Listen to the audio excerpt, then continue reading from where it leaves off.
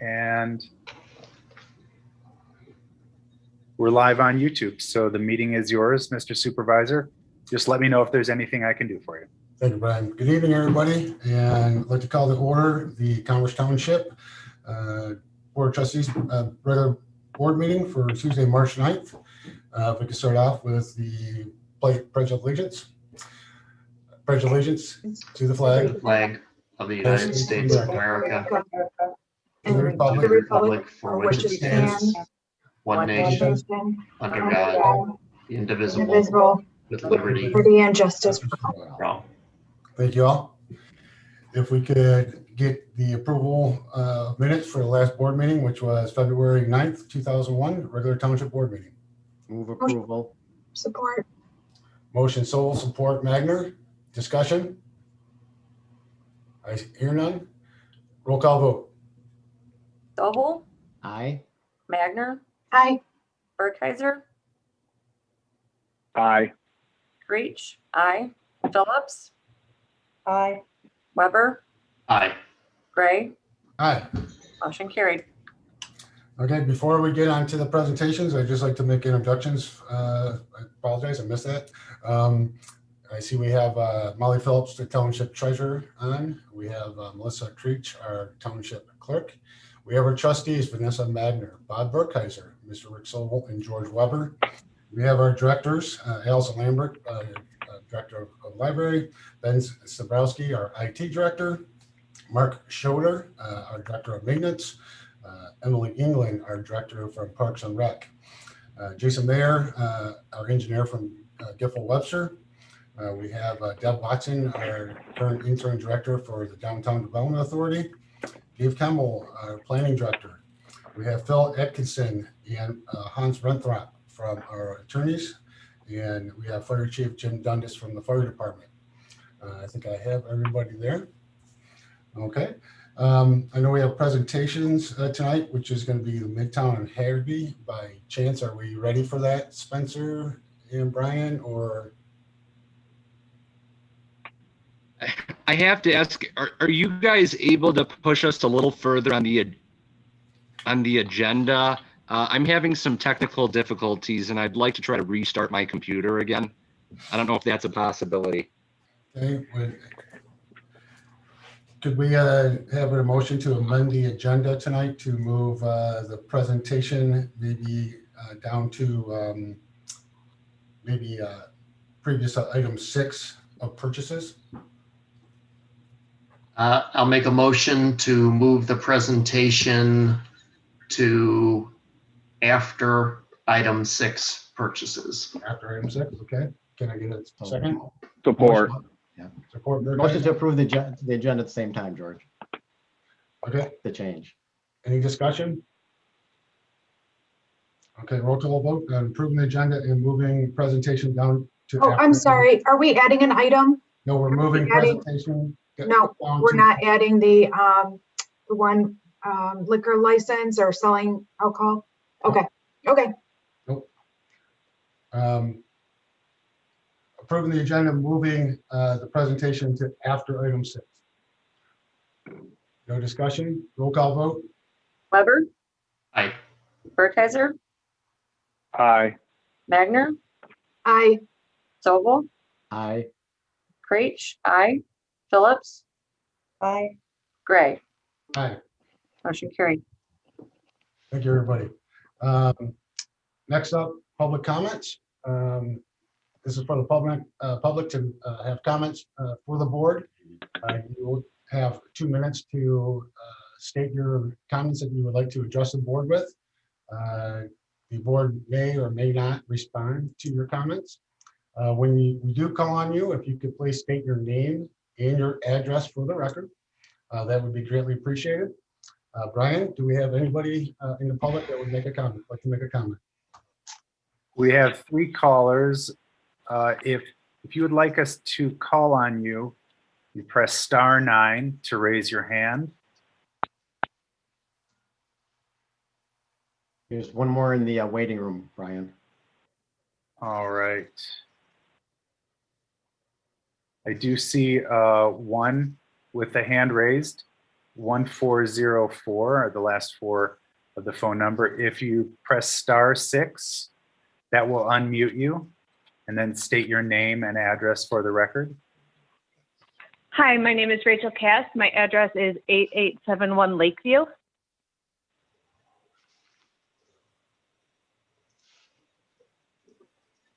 Can I go ahead? Oh, yep. All right. I wanted to hop on the call real quick because I heard that John Walker was being nominated to become a member of the Parks Board. I've known John for several years. Our kids go to school together, and I would just like to give him or give the board my greatest recommendation. I think he's really great and active and takes a big role in improving the community, and I think he will be a great fit for the board. Thank you, Rachel. Yep. And thank you for what you've have done on the Parks and Rec Committee as well. Truly appreciate it. Thank you. Any other public comments?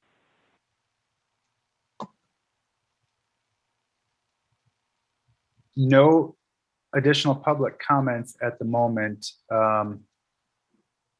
We do have Spencer, his hand raised. I don't know that that anything has changed with the status of the connection. If I may interrupt, it has. I figured out the issue. I tried to portray it on my TV screen. I have the property owner here, Neil Fetter, and his son Mitchell. And as soon as I unplugged it, my computer was working perfectly. So Okay. we'll wait until it's our turn at item 6. I appreciate you guys working with us, and I'm sorry for the delay. If there's no other public comments, I will close the public comments. Okay, next up, item 3, board appointments. I'd like to recommend Johnny Walker to be appointed to the Parks and Recs Committee for a 4-year term ending February 28th, 2025. In your packet, you have a brief history of Johnny. Johnny's been a long-term resident of Commerce. He's active with his kids, with the Cub Scouts and with equestrian teams. So I would like to make a motion or get a motion to appoint Johnny. So I'll make a motion to appoint Johnny Walker to the Parks and Recreation Board. Support? I will support. Motion. So with that though, Discussion? is Johnny on? Johnny should be dialing on phone. He said he would be on by the phone. Johnny, if you're there, can you raise your hand? I'm just unmuted. Yeah, there he goes. Yep, I believe. Do you have a question for Johnny? Well, Johnny, I'd like you to just introduce yourself to the board, and from me, my perspective, I'd like to know what you would like to see out of parks and what directions you would like to see some of the things for the parks folks to work on. You guys hear me? Yep, there you go. Yes. I think so. Well, my name is Johnny Walker. We've been at Commerce for 8 years now.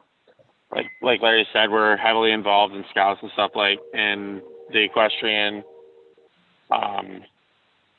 We do a lot we play a lot in the parks. My kids have played sports in the parks. We enjoy going to them, and we race RC cars and RC boats. For us, it's just our kids love being in Commerce. We love the area. We love having fun around the area. And we just want to continue to see them prosper and stay and not develop the parks, but keep them so that the public can enjoy them. And then continue to push and let people know more and more about the parks and the stuff that Commerce does have to offer that is the hidden gems throughout Commerce, like Byers and Windmill and the soccer fields we have and the baseball fields we have and the hiking trails. For us, we just got a dog and we've been utilizing the airline trail a lot. And it's great because we get the exercise that we need on a daily basis and we get to do it locally.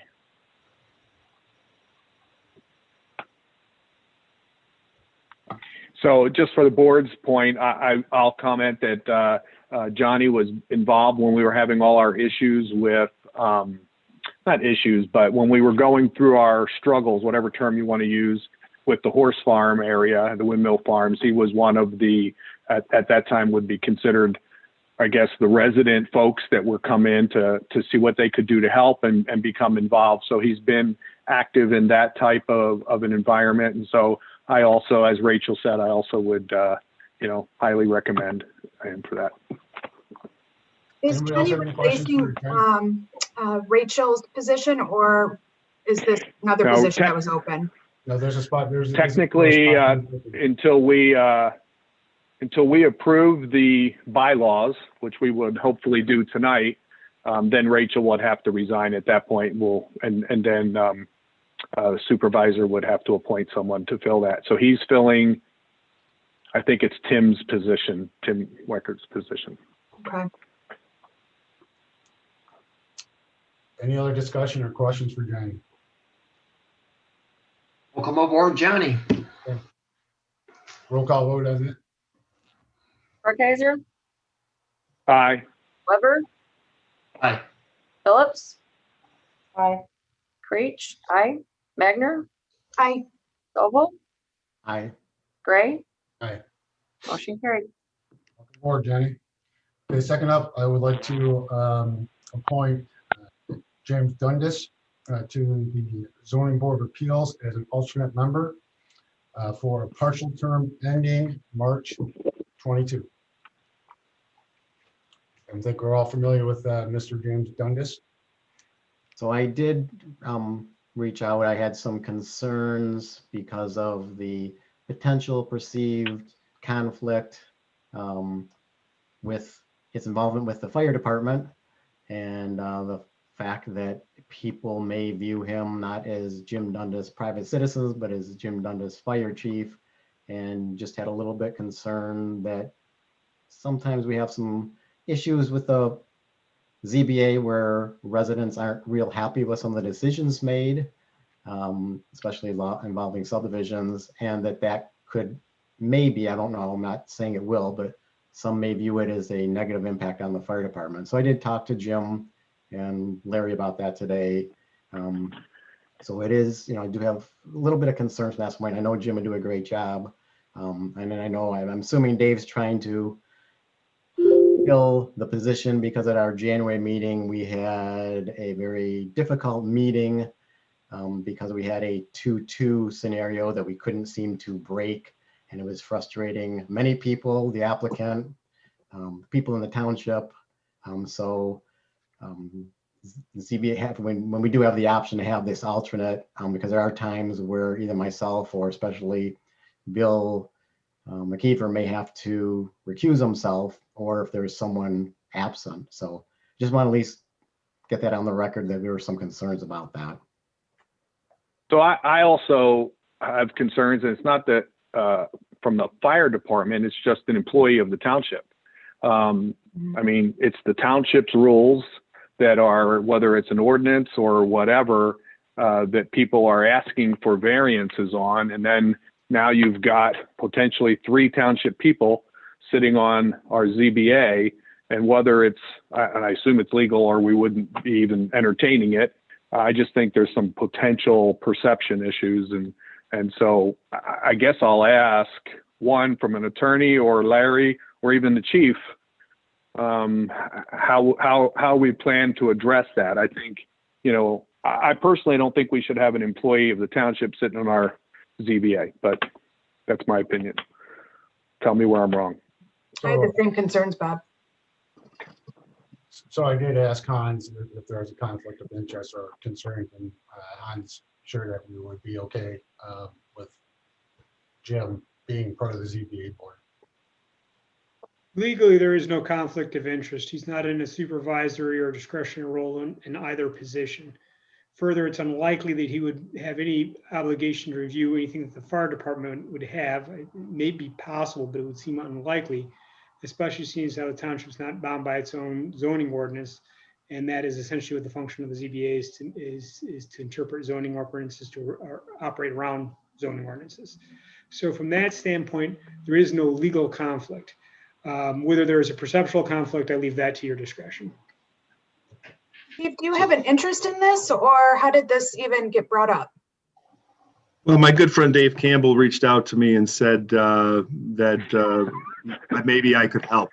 So, I'm very happy to help out. I do have some understanding of the codes and ordinances. I do care very much about Commerce Township. I have no other goal in mind except for to help out if I can. I understand the board's concerns, and I also won't get my feelings hurt if you decide that this would not be right for me to be an alternate on this board.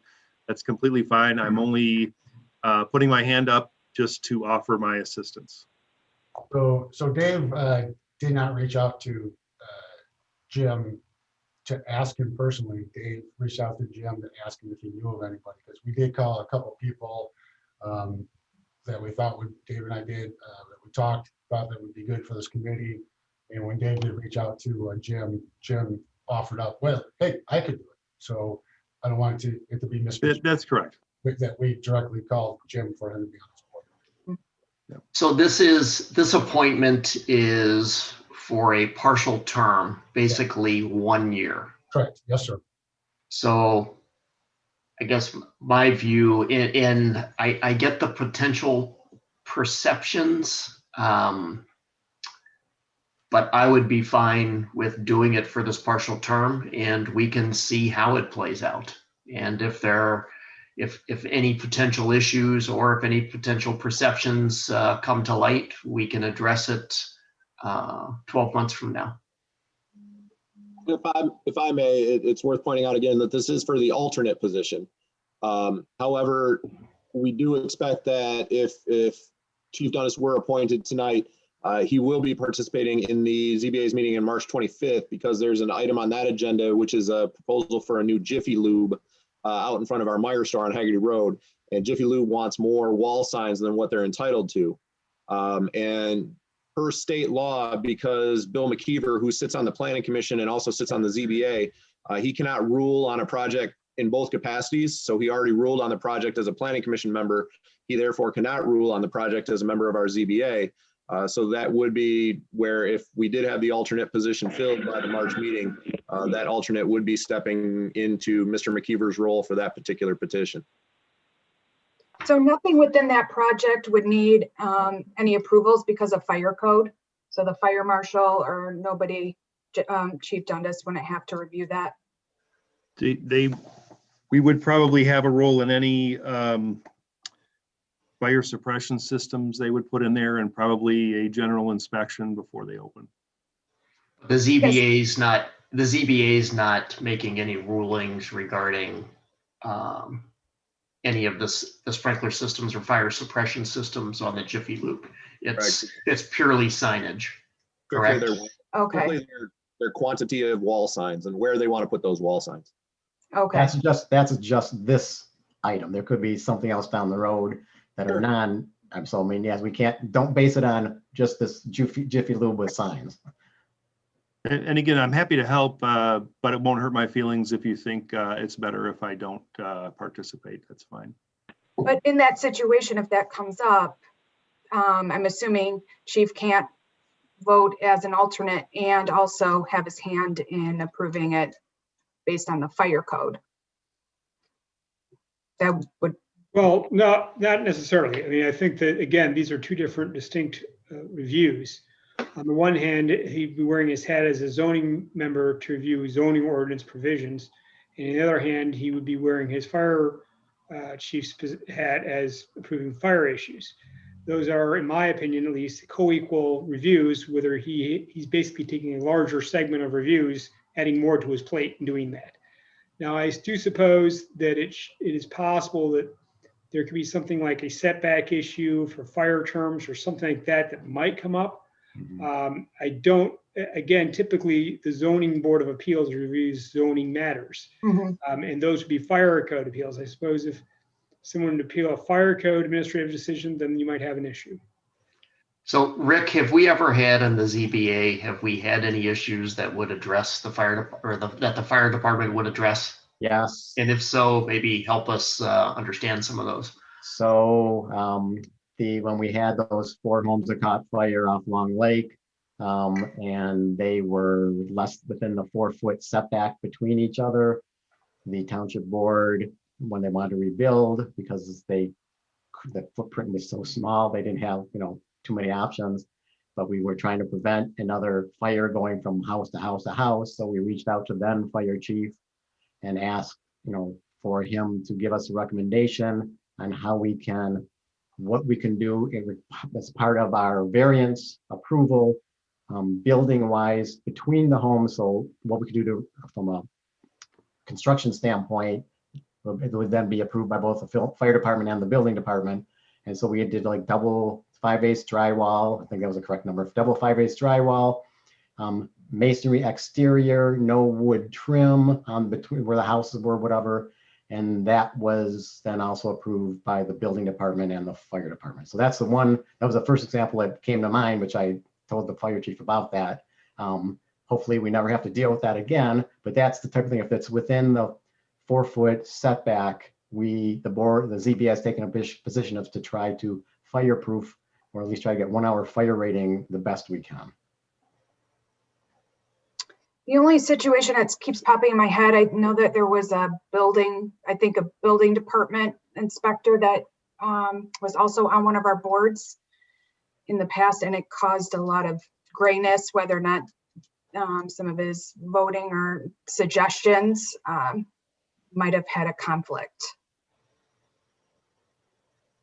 That's the only situation I could think of that we've ever had an employee be on a board, or township paid employee.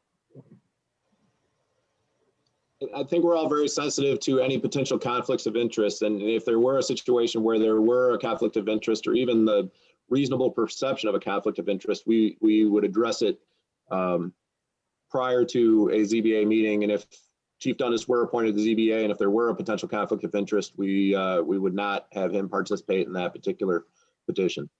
But that that defeats the purpose of having the alternate. The only time he would come into play is because we're lacking one person. And so there would still be that same scenario then, those times that he would have to recuse himself.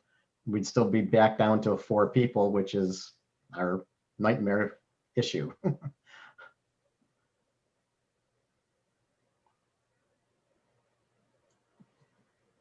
Okay, so I take it that the consensus is that we do not want to move forward with the appointment of Jim Dundas.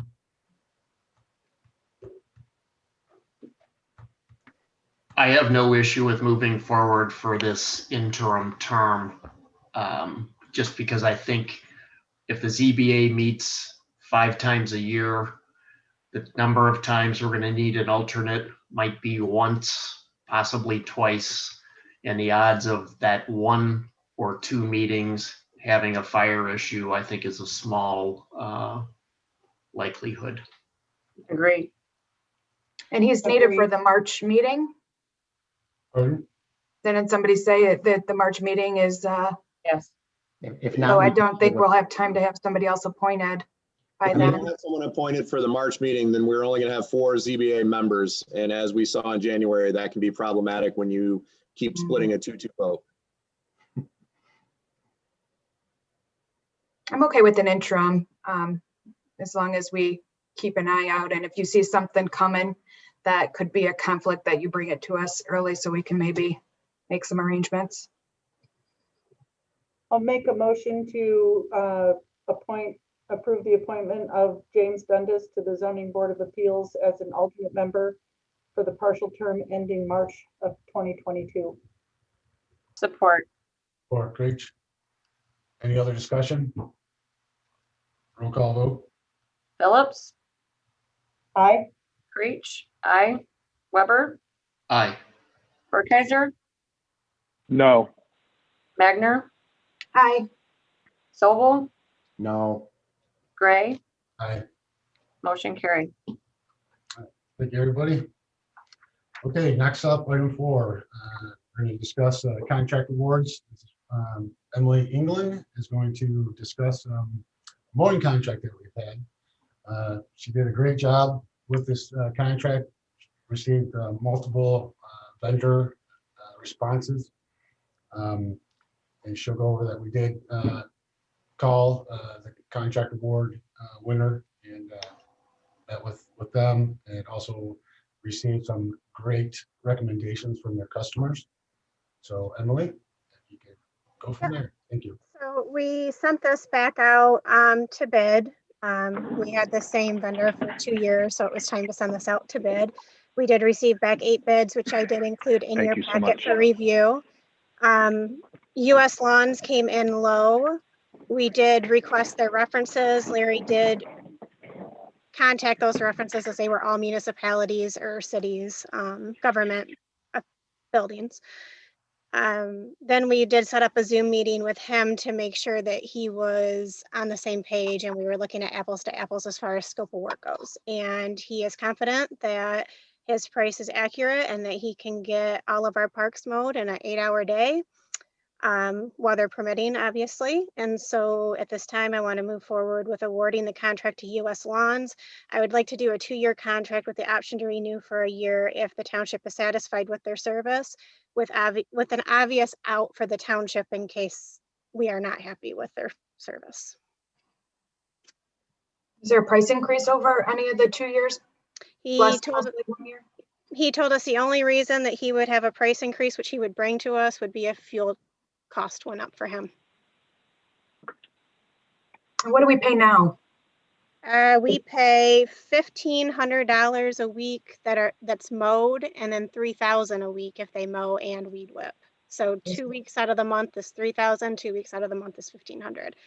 So the total summer bid or cost for this is roughly 27,000, right? What just in a raw number, what was the total that we paid in 2020? 63,000. So this is significant. Roughly 40% of that. Yes. I'll make a motion to move forward with the awarding the contract to US Lawns in the amount of $26,180 for the season, or $935 per week, with an option to renew for a 2-year contract with an option to renew for an additional year. Support.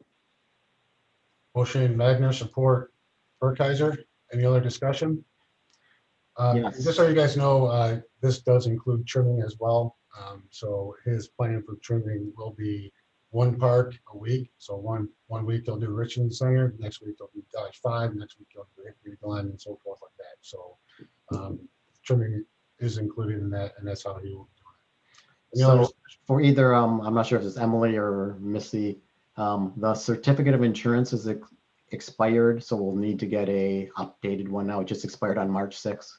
Okay, we'll get one. And obviously needs to name township as additional insured too. I noted that. And Hans, can you make a note that we need to talk about with the no-fault law about the auto liability medical limits now? I know we mentioned that, but. Yep, you're right. Any other discussion? Roll call vote, please. Magner? Aye. Burkheiser? Aye. Weber? Aye. Phillips? Aye. Sobel? Aye. Creech? Aye. Gray? Aye. Motion carried. Thank you, everybody. Thank you. Thank you, Emily. Okay, item 5, adoptions. Hans is going to go over the adoption for the hardship tax exemption. Yes, this was introduced last month by the board, and the board approved it. There have been no changes since it was introduced. The majority of the changes are mandated by state law regarding the hardship exemption ordinances. Again, the biggest change is that we can't vary for discretion. It doesn't really move discretion from the board of review, but there's not really much choice in that matter. So if there's any questions, I'm happy to address them. I'll make a motion to adopt ordinance to amend the Code of Ordinances for the Charter Township of Commerce to be known as Code Amendment Ordinance Number 1.052. Support. Support motion, Sobel, support Creech. Discussion. Roll call vote, please. Sobel, Aye. Creech, aye. Phillips, Aye. Weber, Aye. Burkheiser, Aye. Magner, Aye. Gray, Aye, motion carried. Thank you. thank you. Okay, next item up, item 6, purchases. Were you doing a presentation? I thought we were doing presentation gonna after purchase. Okay, Okay, I'm gonna, so you folks know, Mark Schroeder went out to get some bids to replace some issues that we're having with our floor here at the Township Hall. If you guys want to see pictures, I can show you what we're having an issue with. We called 9 different companies. Out of the 9 companies, only one called back because they're the only one that does repairs. Everybody else wants to do brand new installation. So Imperial Floor Covering came in with a bid. What we're going to be looking at doing is, do you guys want to see the pictures of what we need to replace or just go over it? I think just describe it. Okay, all right. So in the lunchroom, the door going out, and actually the door going out by the DDA office, the tile is peeling up and actually breaking apart from the floor. So we actually have carpet on it now, which is actually more of a trip hazard. So if the carpet wasn't on there, folks could trip on the tile. It comes in. So we will be ripping that up and replacing it with the walk-off carpet square that would actually be in the floor. In the lunchroom itself, in the southeast corner, the floor is also lifting up there. The tile is lifting up there. So they will replace that and match it the best they can. In the clerk's area, it looks like part of the floor was put over a manhole. That's what I can best describe it as, and that is starting to lift. And you can't actually really see it unless you're looking at it, but when you walk, let me testify, you will trip on it because I did it a couple of times. So what they will do is they'll come in and they will replace approximately about an 8 by 20 piece of flooring there, so the whole floor will match. For all that, they will come in and do this in 1 day, maybe 2 days, but they'll do it during non-working hours. So we'll have them come in on a Friday and if necessary, additional time for Saturday. Total off-the-door pricing is $4,569.58.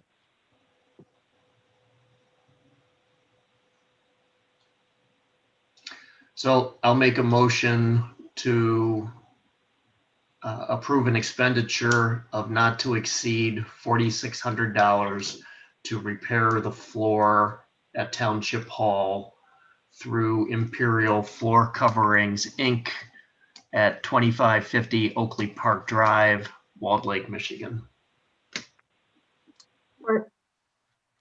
Motion Weber, support Magner. Discussion. Larry, is this coming out of maintenance, or what? Is that just coming out of the Township Hall maintenance budget? Building and Because we don't. This isn't a budgeted item. Correct. Technically, right? No, it's not. Okay. So on the total, it's showing a total of $4,569.58, but above it, it says it's including tax.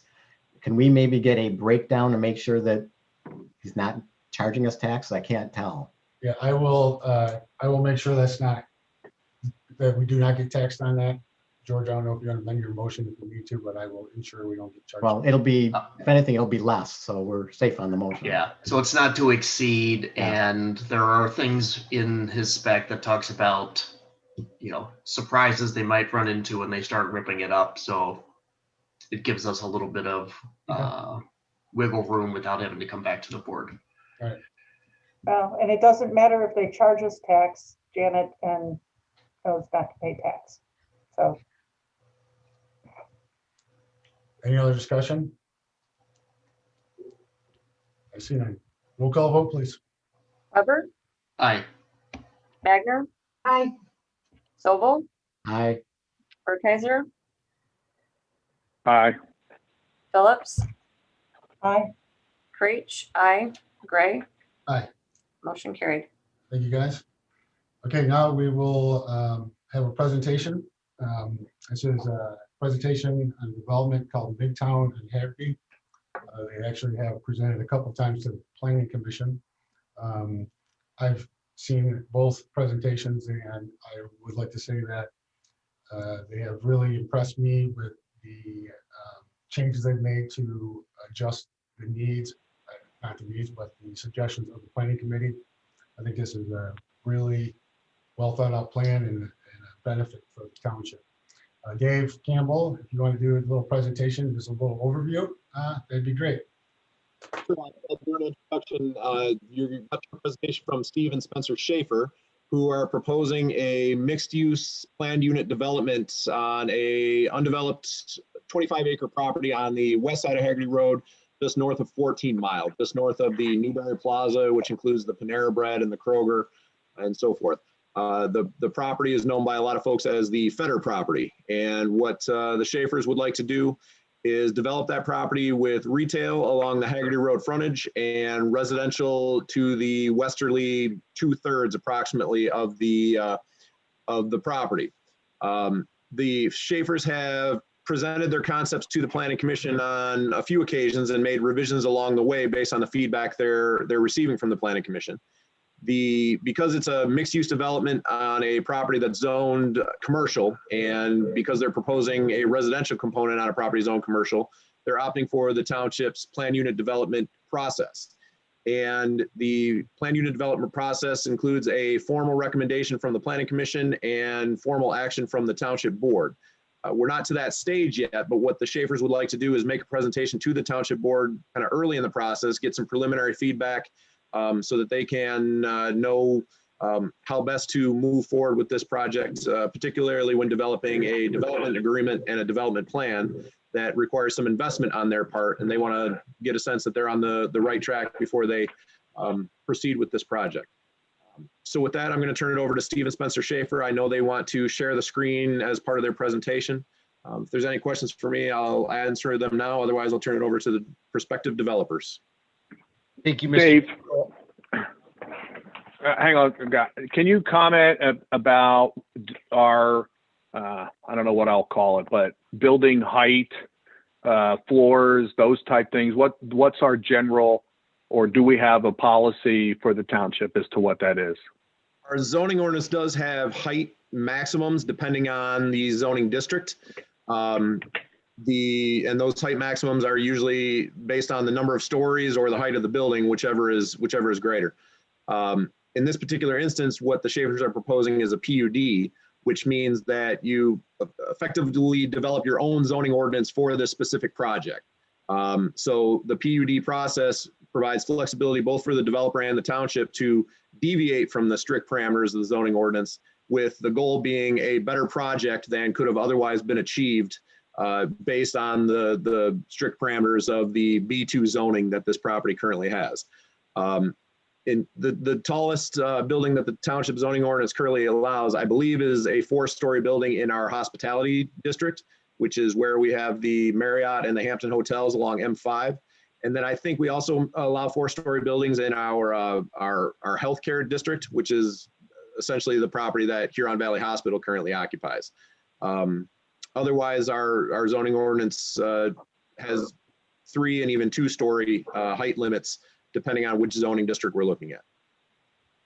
So this would be under a B2 without a PUD. What would be the height limit here? I believe under B2, it would be 3 stories and or 30 feet in height. Okay.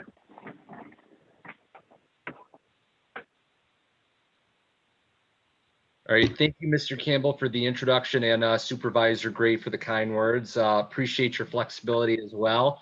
I've done about, I don't know, I feel like 150 of these Zoom meetings, and I've never had a technical issue, so it was bound to bite me in the behind. So appreciate you guys working with us. So with that being said, I'm going to share the presentation here and then go to full screen. You guys are able to see this? I just want to make sure. Yes. Okay. All right. Well, good evening. Today we're here to conceptually introduce our Midtown on Haggerty project to plan unit development. Tonight, we'll be sharing with you a mixed-use commercial and residential development that is located within the heart of the Haggerty Road commercial idea. I want to state that this is a new idea. It's different than a lot of the existing uses in the area, and it will be filling the last large parcel that sits between Commerce Crossing and 14 Mile Road. As this presentation is just conceptual, it's our goal to give you the main highlights of this project and keep the presentation at 15 minutes. So we'll have ample time to answer any questions and hear your feedback at the end of this presentation. Okay, so project location. As David stated, there is the Newberry Plaza located to our south. To our north, we do have Home Depot, Staples, United Artists, Target, and some other uses. So before diving into our proposed plan for our Midtown development, we wanted to talk a little bit about our neighbors.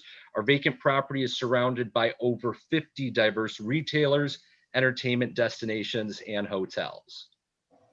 So right here is our concept plan. Our proposed Midtown development is going to feature 3 retail pads, approximately 18,000 square feet of retail and office located on the frontage along Haggerty Road.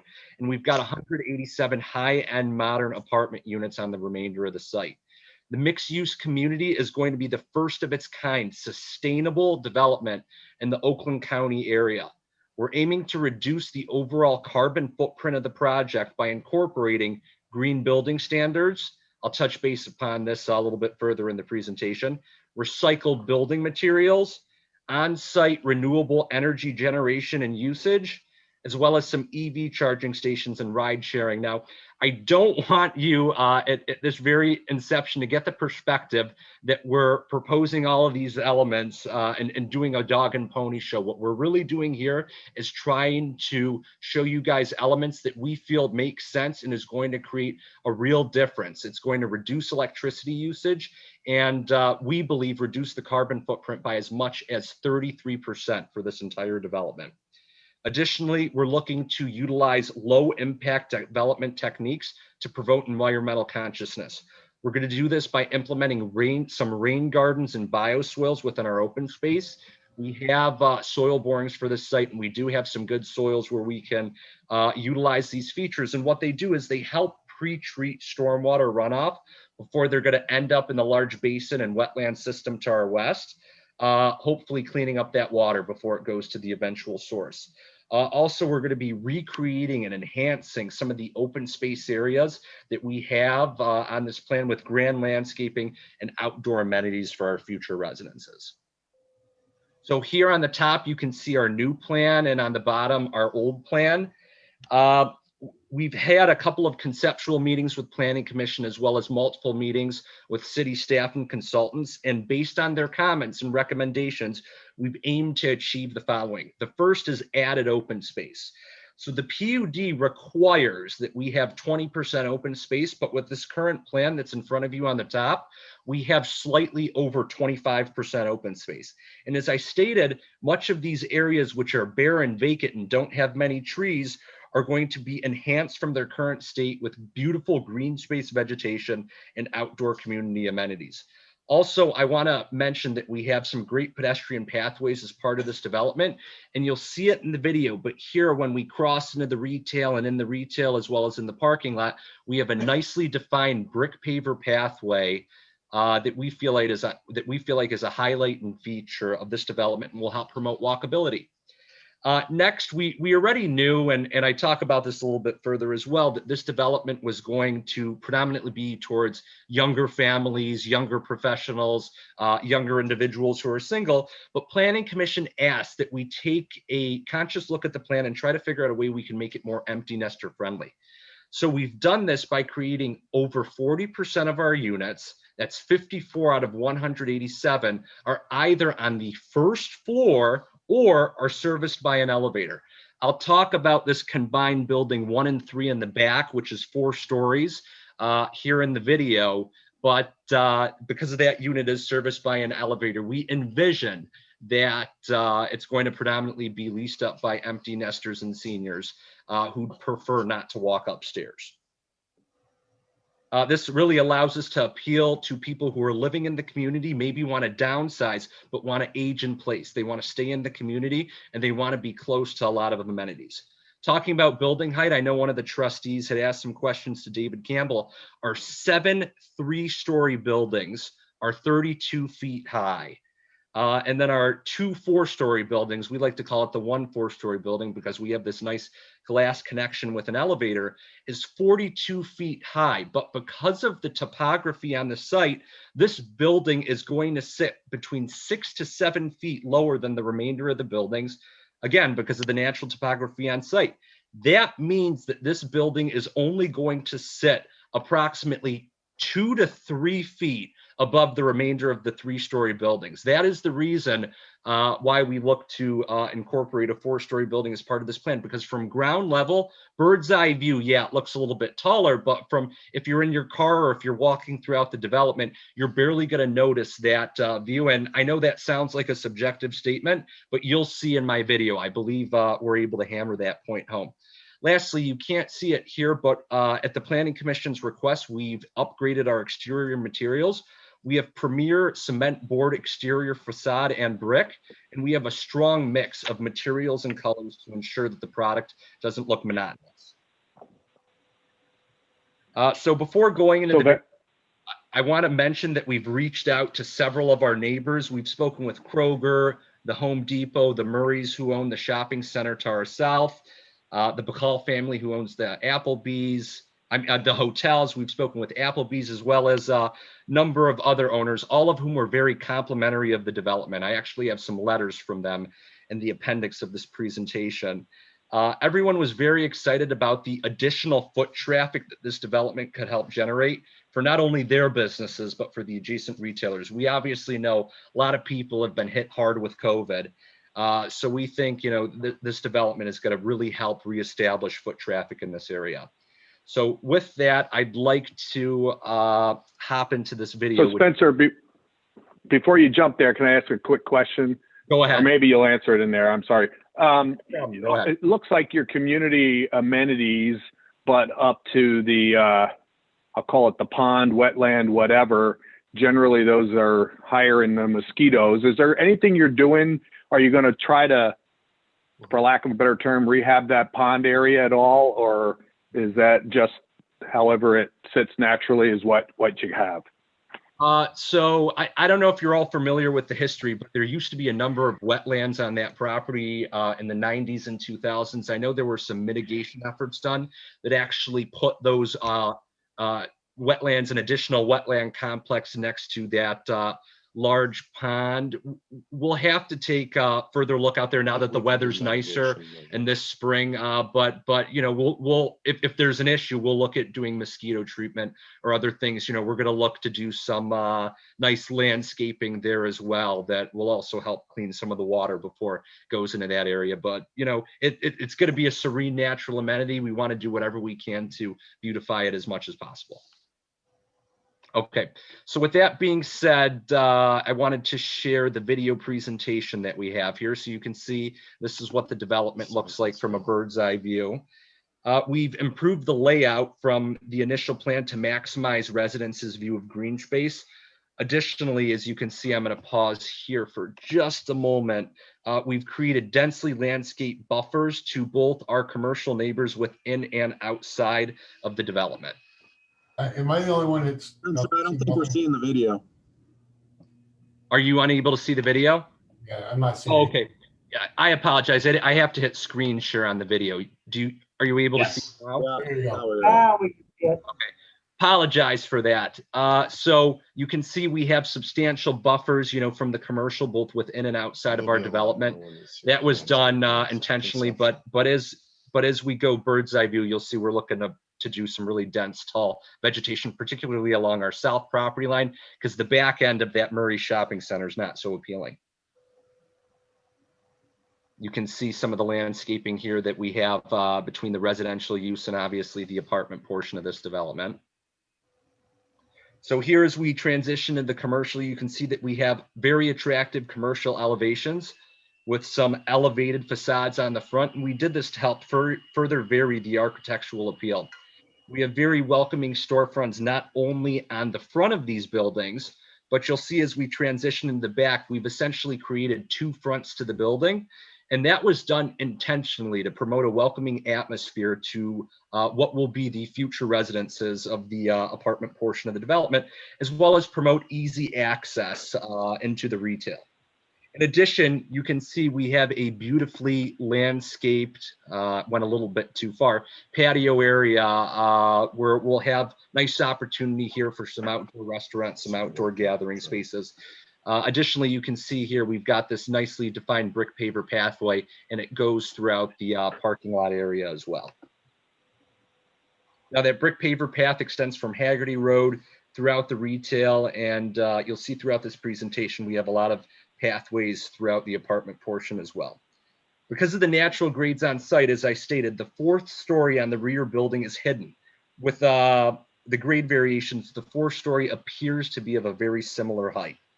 You can see that we have color variation. We actually have a concept A and a concept B building, one that's a little bit more blue, one that's a little bit more gray. We believe they complement each other very nicely, but the goal here was to create an outstanding curb appeal from all sides of the development.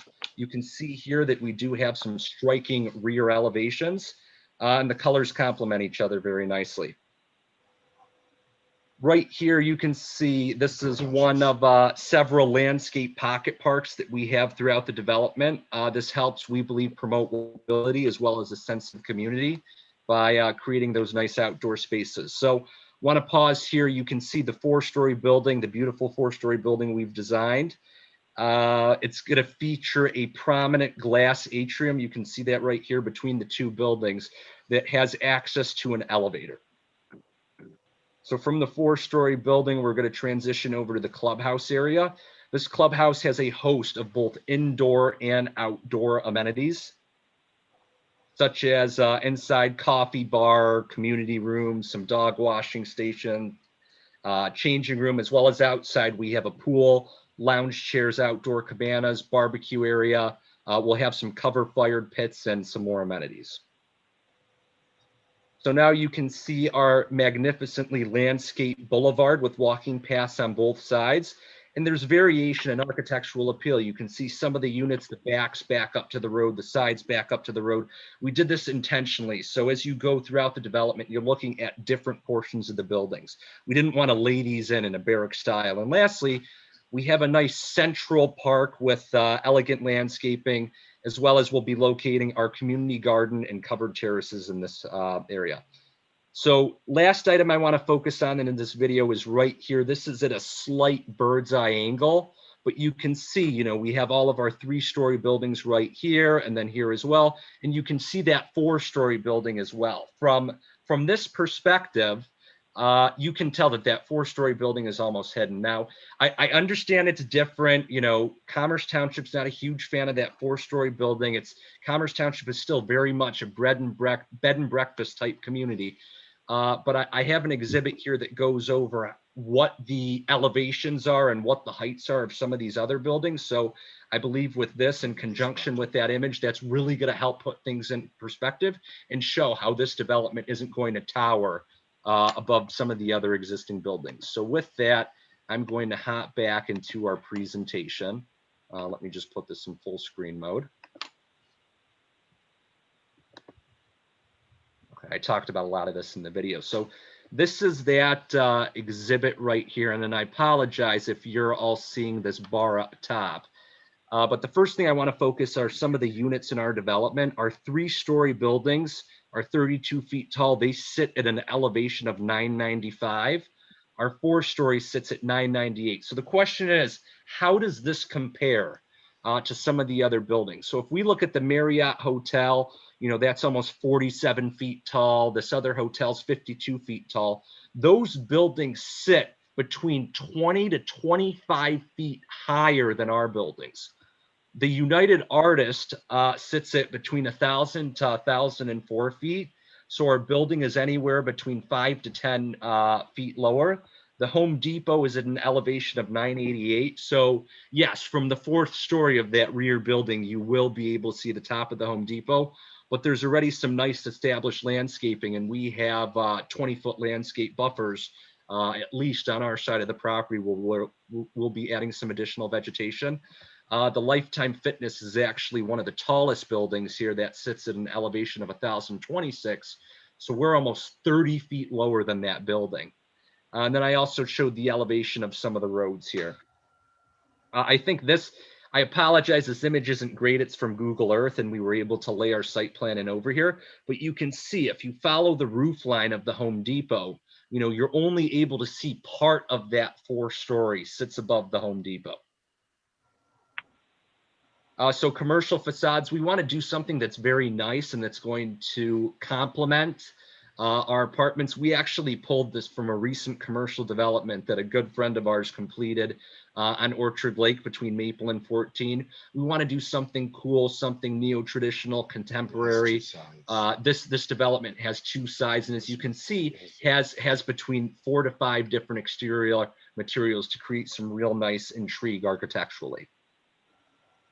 So I know we were able to see the elevations through the video, but I wanted to showcase them here again. Obviously, variation in materials, variation in colors. We're looking to use a cement exterior facade, which is very high quality and lasts for an extremely long time. This is the back, so you can see that these are very nice. You look at the rears of some apartment buildings, and they don't have the same attractiveness as the front elevations do. This is our concept B, the more gray style building. You can see we've got garages up front. Each of these buildings, the 3-story buildings, are 19 units, and we have 12 garages as part of them. So a significant portion of the individuals are going to be able to park in the garages. You can see rear elevation. Again, we believe these are very handsome. And this is the 4-story building right here. We believe that this is the key. This is the focal point of our development. And we've done a really nice job here with this glass atrium to create something that's very appealing, and it doesn't look like one very long building. You're going to be able to look through this glass and see the wetland and see all of that natural landscaping. So as you drive through the development, I think this is going to be a really cool key feature. And you can see this is what the building is going to look like from the rear. So here are some of the sample materials. We're looking at James Hardy-esque siding. This is sort of the creme de la creme of cement facade. You can see here, I don't have all of the colors here, but there's nice variation, but they complement each other. They're very symbiotic and create a nice variation that doesn't look too corny. I won't touch base upon this too much, but we're going to have a combination of 1-bedroom and 2-bedroom units. These units are going to have 9-foot ceilings, very open floor plans. I talk about it here shortly, but we're actually going to be using cabinets that are from Italy. They're actually made out of a recycled material, and we believe that they're much higher end than a lot of the cabinets that people source in our country, but I'll touch base upon that a little bit later here. We have nice sized bathrooms, nice balconies as well, walk-in closets, and we're actually going to do a 3-pane door wall. So there's additional glass and additional natural light that gets into these units. So we had the opportunity to meet with Planning Commissioner and Trustee Weber, as well as the Chair of the Planning Commission, Larry Haber, and there was a woman there who spoke about sustainable development. And really the trend that's starting now, it's really going to be pushed over the next 5 years, 10 years, is how as we as developers, how can we create a more sustainable development? And as I stated, we want to do things that are going to make a real difference. So specifically, we're looking at doing predominantly all electric appliances and high energy efficient appliances. We're actually looking at receiving an Energy Star designation, and this designation is great. It's very popular among commercial buildings, becoming more popular along multifamily buildings, but it helps significantly reduce carbon output. And preliminary research suggests that between 30 to 35% of people's energy bills are lowered as a result because the appliances are more efficient. Obviously, they're more costly to purchase, but in the long run, you know, they're going to do a lot of good. We also have solar panels, which are going to be servicing our common areas. We're going to be implementing some EV charging stations, as electric vehicles are going to become much more popular in the next 2 to 5 years.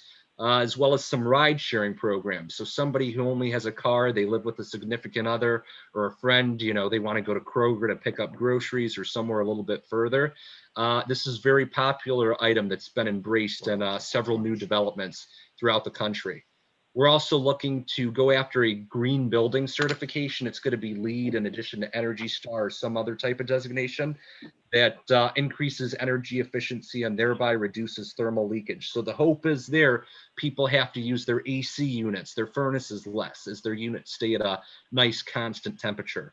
As I stated, we're actually doing this at another development that we're doing, these Italian cabinets that are constructed from recycled materials. And because we have good soils, we'd like to do some rain gardens, maybe some bioswales that look naturally appealing, help attract some butterflies and other natural wildlife that we believe is going to be a nice amenity, something that differs from a lot of the existing apartments that are on the market and in the adjacent communities. And then we're also looking to do some community gardens and butterfly gardens. So going into some of the specifics, we're really trying to create a balance here between our impervious development, where water obviously can't go through, in our natural open space. We have over 25% open space, so we want to do nice outdoor amenities such as dog parks, pocket parks, and nice landscape areas, particularly what we have in the southwest corner of the site. I talked about energy efficient appliances, and with those green building certifications, we're looking to build buildings that help reduce our carbon footprint and that prevent, heating, cooling, thermal leakage from the building, so they operate much more efficiently.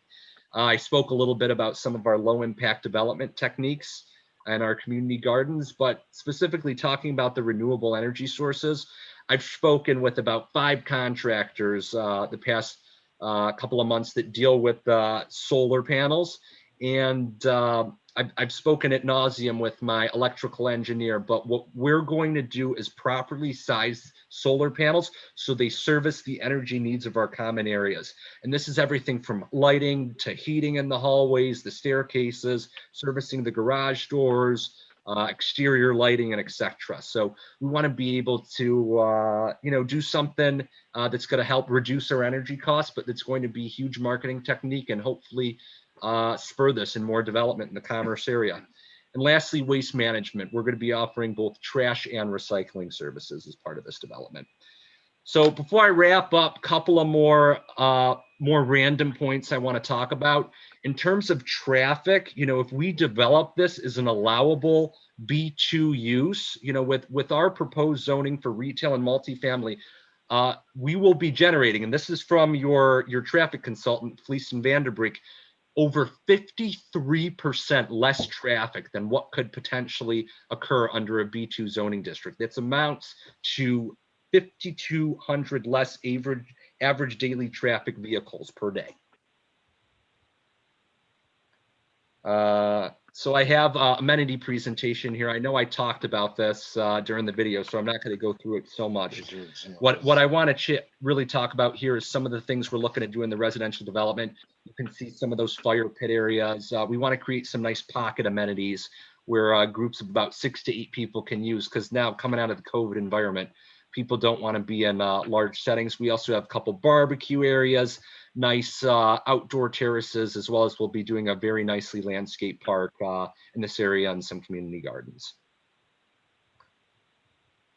So before I wrap up, I want to talk about some benefits of this project. The goal with this project is really to create a different housing type and something that embraces multi-generational living. So we all know that the predominant housing type in the community is single family detached housing. It's great for many, but it's not great for everybody.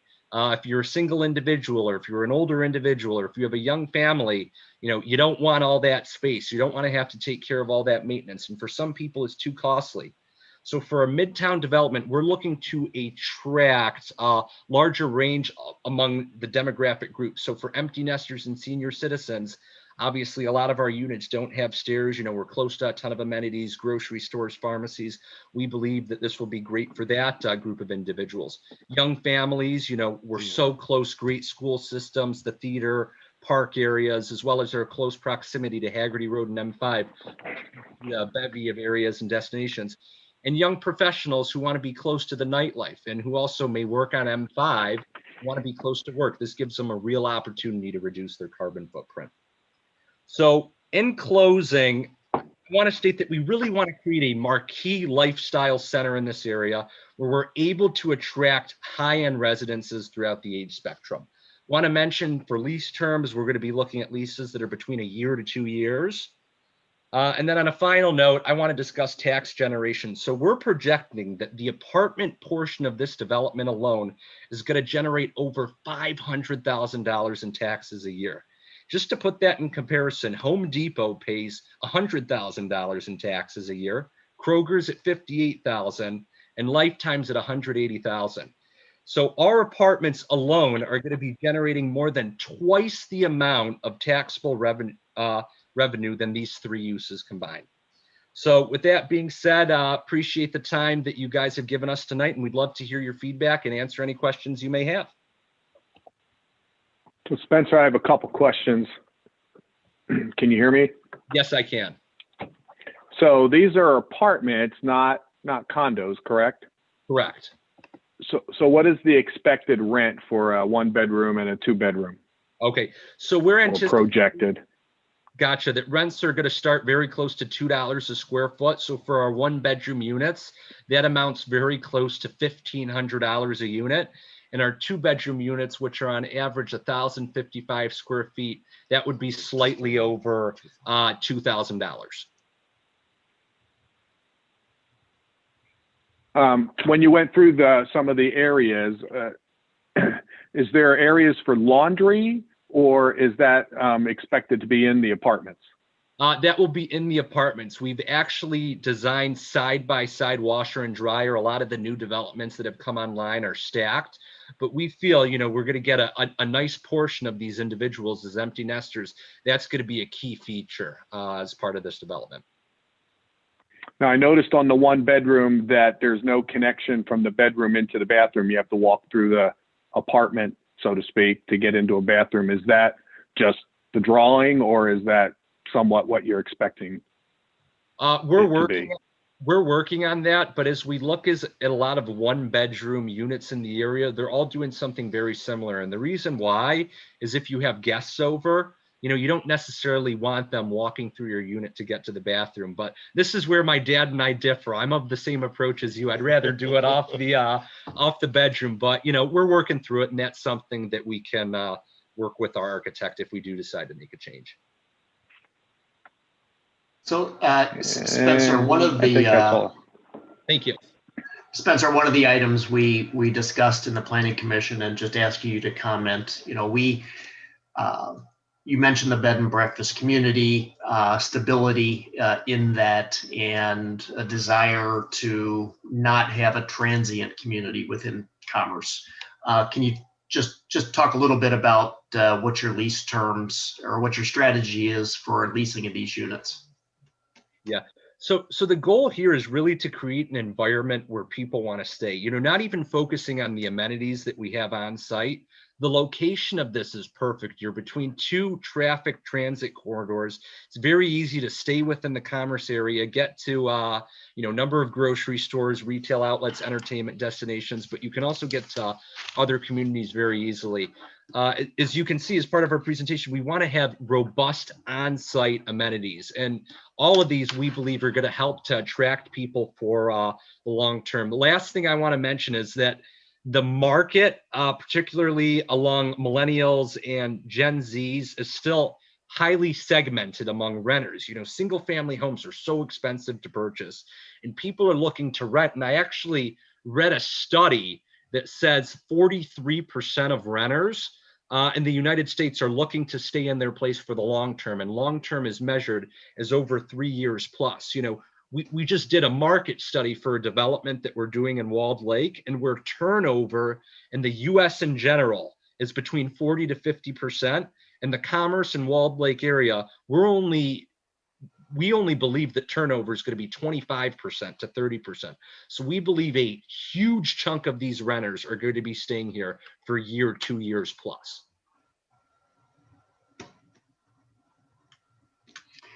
With the percentage of in your commercial portion, what the percentage of retail will be compared to restaurants, or if there's anything else that you're expecting to put in there?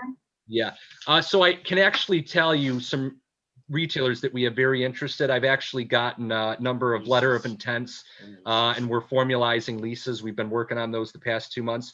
Chipotle is very interested, Beyond Juice, Detroit Wing Company. We have an urgent care. I can't mention which one's very interested. We have a dentist who would actually like to purchase 6,000 square feet in the building. So we have a ton of interested users. You know, obviously we're hesitant to go too far until we start really getting through some of our preliminary approvals, which we're, you know, if everything goes well tonight, we're looking to come back in front of both the Planning Commission and then the Board of Trustees around May or June. So we've got a lot of good interest, but at the same time, you know, we're not looking to rack this up completely with restaurant users because that could potentially create a parking issue. We want to have a good mix, but it's going to lean heavier to restaurant users over retail and office users. But as I stated, there'll be a very good mix of both. Is there a sidewalk to Kroger? Could the residents walk to Kroger? So currently there is not a sidewalk as one of the parts of our community benefit. We're going to be looking at extending the sidewalk, and let me see if I have a larger aerial right here. We're going to extend that sidewalk to where this entrance is right here, so people can more easily get into the Murray Shopping Center, the Newberry complex. Also too, we have a road connection. Let me go back to my plan here. So we're going to be connecting into that shopping center. So that's also going to help people, you know, who are in here shopping who want to get to that Murray Center. They can get there easily, and it finally starts to connect that shopping center over to the Home Depot and all of the retailers that are off of Springvale and the Commerce Crossing development. So through the traffic study, there wasn't any suggestions on a center turning lane? Correct. No. That was not warranted. When we were looking to do a Kroger here, you know, that's where we had some conversations with Road Commission, but we've had conversations with Road Commission, although they're just preliminary. They are not recommending that, they're not advocating that we have to do any improvements along Haggerty Road. So I have to say that normally I wouldn't be for this kind of plan. And as I was reading the reports in the Planning Commission minutes, I think, George, it might have been you, was saying exactly what was in my mind, that this might be the only piece of property that I could see this working. And my only thought was the traffic of turning out of there, but I'm happy to hear that it's 50% less than it could be. What's your time frame? Time frames, you know, we'd like to get started as soon as spring of 2022 with both the commercial as well as the residential. You know, the PUD process obviously takes time. The next step, if all goes well tonight, is, you know, we go through the PUD agreement. I'm confident, we were just actually trying to back into a timeline earlier today, that we could have all of our approvals in hand at the back end of this year, around November, December at latest, you know, January, February, middle of February next year. You know, the goal would be to start, you know, as soon as the weather turns nice, you know, this time next year, April 15th at latest. It's very dense, but I think it's well laid out. And so that's all I have. Thank you. Thank you. I appreciate that. And one more thing I'd like to say is we're anticipating that construction is probably going to take us around 1.5 years. So if we start early 2022, you know, the apartments will start coming online in early 2023, but for the most part, around the end of spring of 23. Thank you. So is the plan to have retail before you do apartments? Yes, that is the goal. We'll be developing these in conjunction, and the goal would be to get the retail lease up and stabilized right before the apartments start to become fully stabilized. So I got a couple of questions for you, Spencer. So are any of the units apartment units below grade? No, none of them are below grade. So all of the units on the first floor actually have a patio. And they're quote unquote barrier free and ADA compliant. So if somebody is in a wheelchair or has difficulties walking, you know, everything's going to be flat. So in terms of the entrances, you know, obviously in terms of ADA units, there's a certain metric we have to follow. 5% of these units will be ADA. So there won't be any basement storage? That is correct, but we do have the garages, and they're large garages up to 28 feet deep, and we're going to be putting some storage space in those areas. Also, you know, the clubhouse, biking's huge. You know, we got the Trek store just to our south. We'd like to do, you know, an indoor bike storage area. Obviously, Commerce has invested a ton in their trails, and we envision that a lot of these individuals will be utilizing those trails. So a little concern with potential people trying to avoid cutting through the road, to avoid the main road, Hagerty Road, going through from like Newberry through your development, out to Springvale, out to Loop Road, to Casco, out that way. What can you do to try to prevent all that, you know, people driving both ways to try to avoid the main roads, or trying to get across from Hagerty over to Loop Road without having to go through the main intersections? Yeah, so I agree with you there. If you came through this connection to where the Panera Shopping Center is, if you went straight, this entry right here is actually only right out. So you cannot come in to where building C is from here. You would have to go straight, make a left, and then come through this area. So we had designed it this way on purpose, and we believe that that will help mitigate against that. But we're going to be doing some crosswalks here, and we'll talk with the traffic consultant and see potentially what's warranted. But that's great commentary, and we'll try to implement some things that could potentially reduce the possibility of that happening. One thing I want to state too is right now our traffic study said we do not meet the warrants to put a traffic light here, but they will do an investigation after this development has been completed and stabilized. We'll have to talk with the township about this, but I've spoken with Mr. Murray too, who owns this shopping center to the south, Newberry, which is in Commerce, and then he owns this shopping center in West Bloomfield. He'd like to work with us, if possible, to get a light here to help ameliorate some traffic. That light would probably actually be located at Springvale, because you don't want to create backups here too close to 14 Mile. But we're working with the traffic consultant here at this specific point in time. We cannot commit to anything, but I think that could potentially help reduce cut through traffic.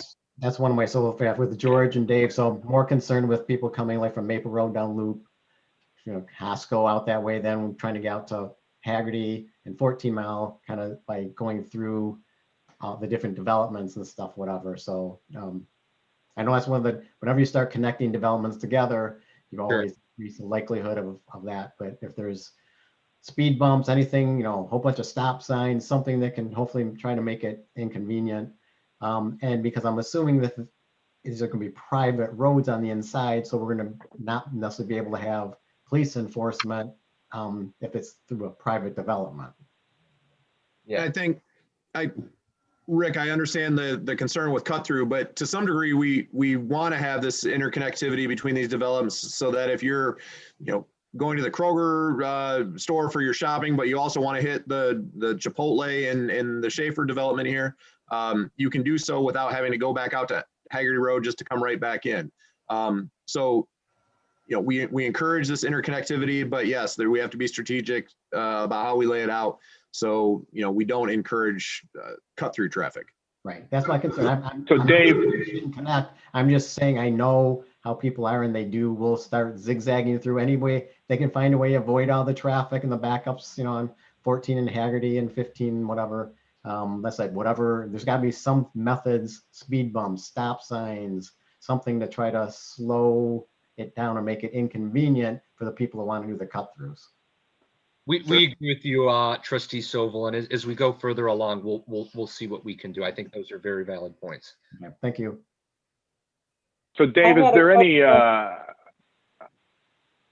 I was going to ask, up on Springvale. I mean, that connects up at Loop Road, correct? And that would be a potential backup. is there a projected to put we like roundabouts, to put a circle in or something like that? Or I can see where people would want to bypass that Haggerty and then come up that way and try to make a left turn and things just stack up.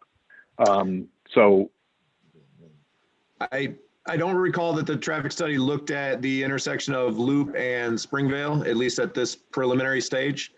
I guess I would have to, you'd have to explain to me again what movement it is that you'd be thinking there might be a backup. Well, I can see folks coming out of there and heading, which direction is that? West on Springvale, and then trying to come out, either going up to 15 or coming the other direction to 14 Mile to get out to M5. And plus the road there is just awful. That's a different issue about it being repaved. But so I just didn't know if any of that was being looked at when they look at this traffic study. That's all. Wouldn't that be kind of like when the movie theater gets out, you'd have a rush of traffic at that intersection there?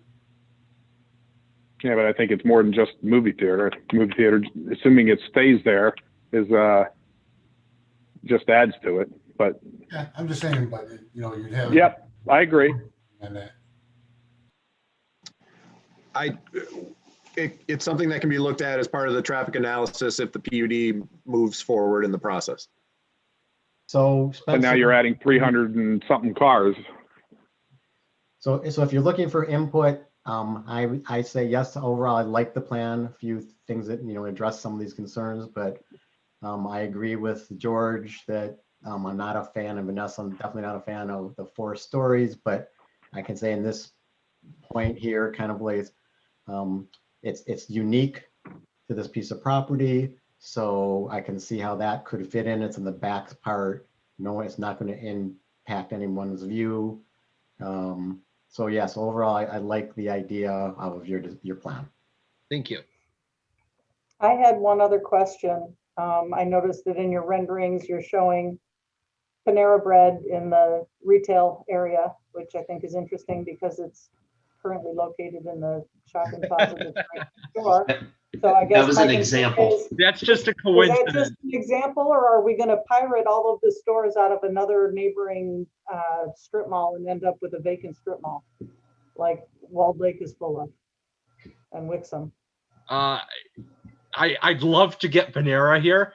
I've actually got about, at the end of my presentation, I don't want to go through them all, but I have about 8 or 9 letters of support. And the consensus among the retailers is that, we think bringing additional rooftops in close proximity is going to be very good, and it's going to help, all of the local businesses. In these type of environments that are more urban than suburban, people like to shop in close proximity, places that they can walk by. They're very loyal. So we don't believe it's going to create an issue for anybody. Yeah, there's going to be, a 6 or 7, more retailers, but the additional rooftops and the additional foot traffic is going to far outweigh the addition of retailers. I know Walled Lake does have a lot of vacancies. We actually did a study. There's 50 vacancies, but we want to bring good Class A retailers to this area that are going to help complement and bring more traffic to the other guys. A couple. So Dave, is there something you're looking from us? I think it's more the Schaefers are looking for any feedback that would let them know whether they're on the right track or whether they are not. And maybe succinctly, basically the Schaefers want to know if this board is going to support what they've just presented before they spend any more money going through the PUD process. So my personal opinion then is somewhat like what Rick said. I have some concerns.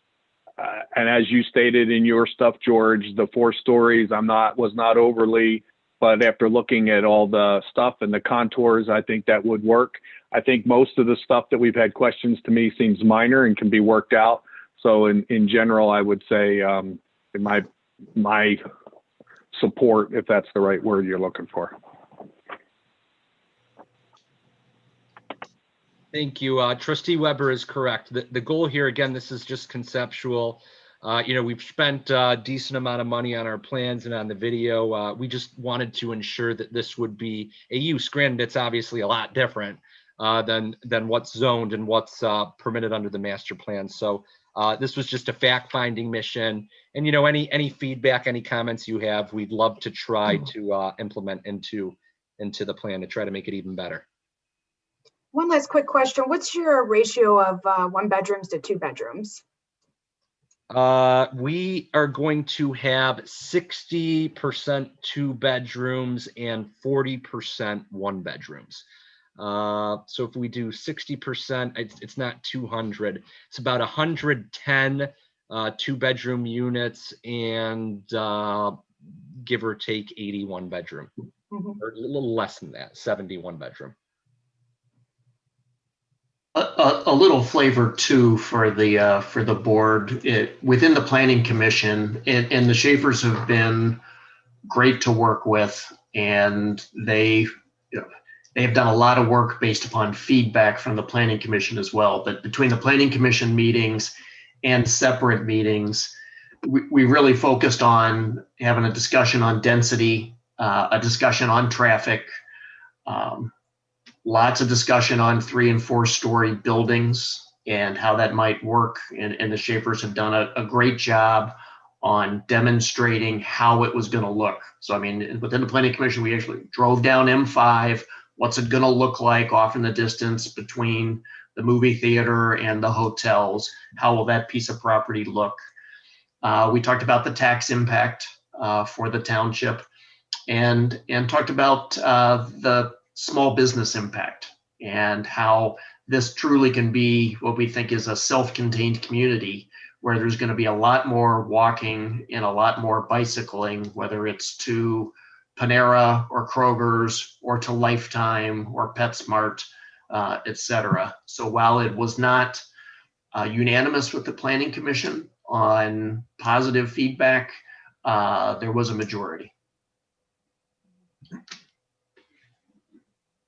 And I would say that I moved from the left to the right to be part of the majority.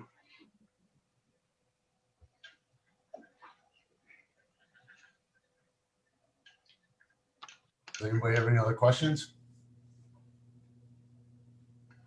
Okay. Well, great presentation, everybody, guys. I appreciate it. Hey, thank you, everyone. We appreciate your time this evening, and we appreciate the kind feedback and the words of support. And we'll be discussing with Dave and trying to figure out how we can progress this thing forward. And see you guys hopefully back in May. Sounds great. Thank you. Thank you. Have a great evening. You too. Okay. Move on to item 7, old business. First, old business is revised bid for Township Hall atrium blinds. I don't think Jay made it to the meeting tonight, so I told him I would take care of this. So when Jay came last month and we approved the installation of blinds in the atrium to help with the sun glaring down on the building and planning departments, he thought that the quote he got included blinds that you could open manually. They were not. So the revised quote to add that feature would increase $528. So he is asking that we increase the amount approved for this project to $7,202. So since I'll make a motion hold on, to, I made the motion from last time. You did, yes. So what I'll amend my motion number 8-2-9 from 6674 to an amount not to exceed $7,202. Support. Who supported it before? Does it matter? I'll support it. who supported it before? I don't have the minutes in front of me. Well, we do. I know you want to So support then that. it doesn't need to be amended. I'll support.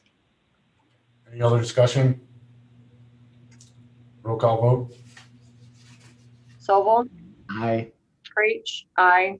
Phillips, Aye. Weber, Aye. Burkheiser, Aye.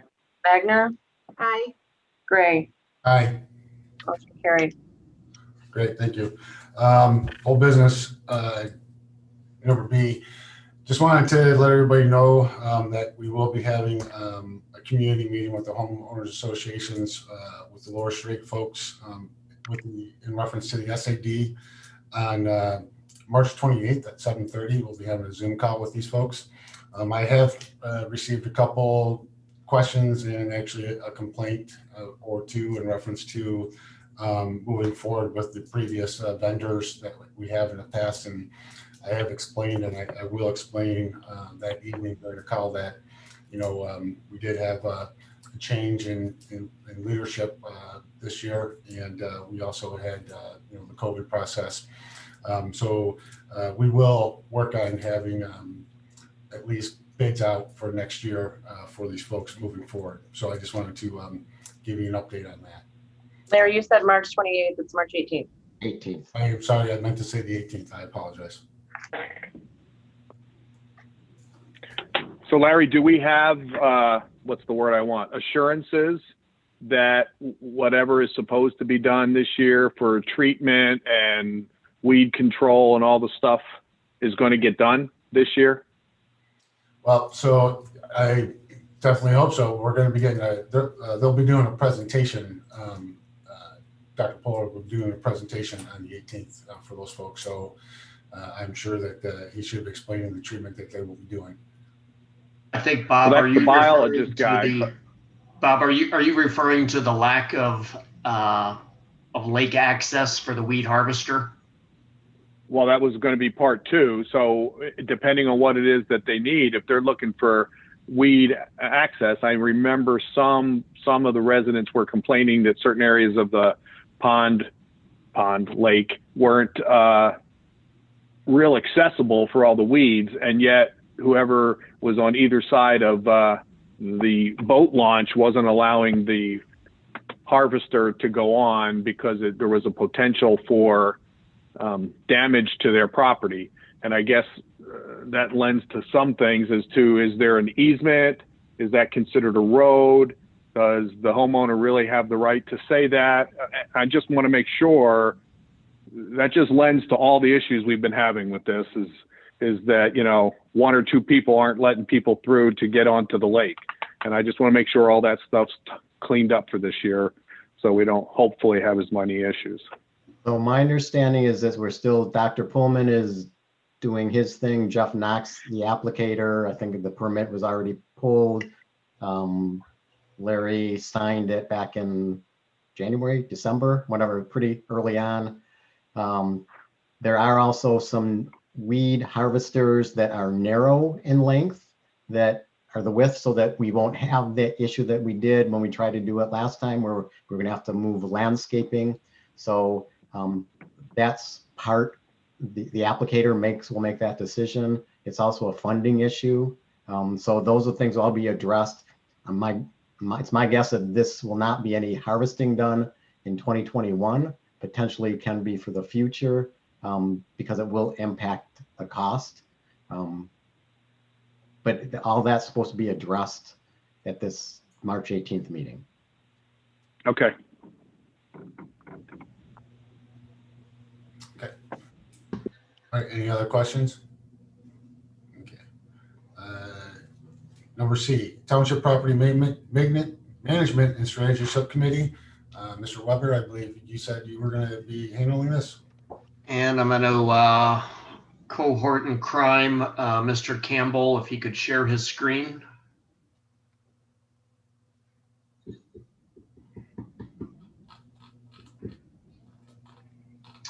And so if we go to slide 2 then, Dave, next slide. So the last time we discussed or we gave an update on this topic, we noted that we had categorized the properties into 8 separate categories. Within the last couple of meetings, we actually added 2 more categories, a potential property for a DNR swap, and at least 1 property that is down the middle of the road that our intent would be to deed that to Oakland County Road Commission. So the others, you can read and see what they are. The majority of the properties were obviously in categories 1 through 6. We did re-verify that there were 166 properties we reviewed.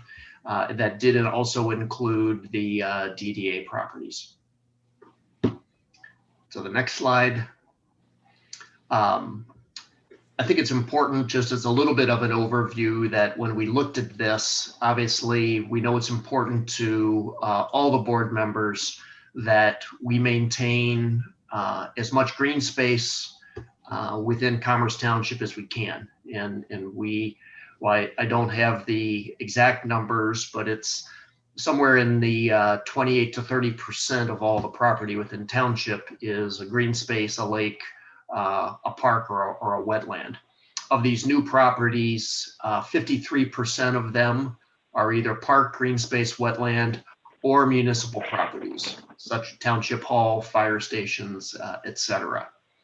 28% of the parcels we designated as category 4, which means these are properties that the subcommittee did not see value in the township owning them, and that we're recommending we divest ourselves of. And then the other cats and dogs equated to 19% of the parcels.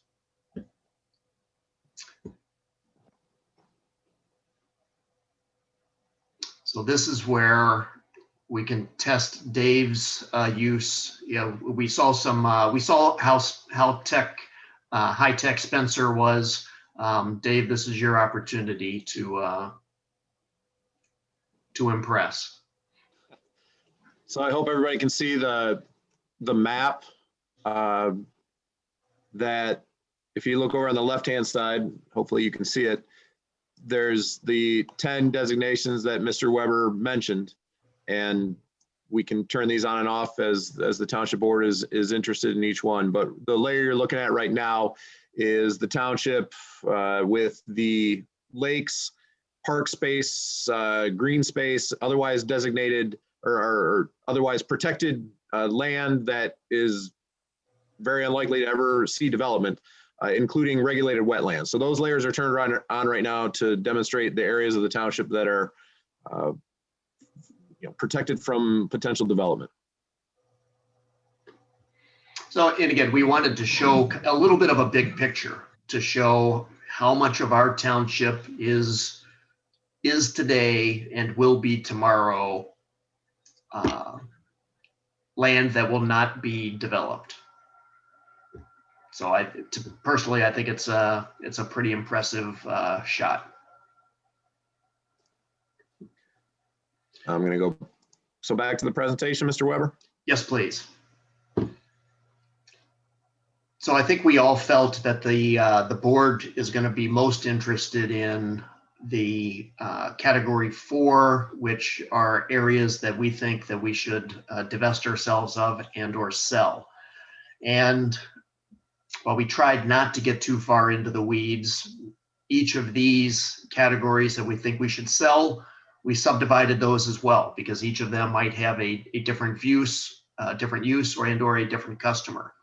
So 3 of the parcels, we identified that an adjacent property owner has built upon our land, and whether that is fences, roads, garages, etc. There are 3 of those, and our intent is to go to those property owners and provide them an opportunity. They can buy the adjacent property, or they can remove the structure that they built on our property.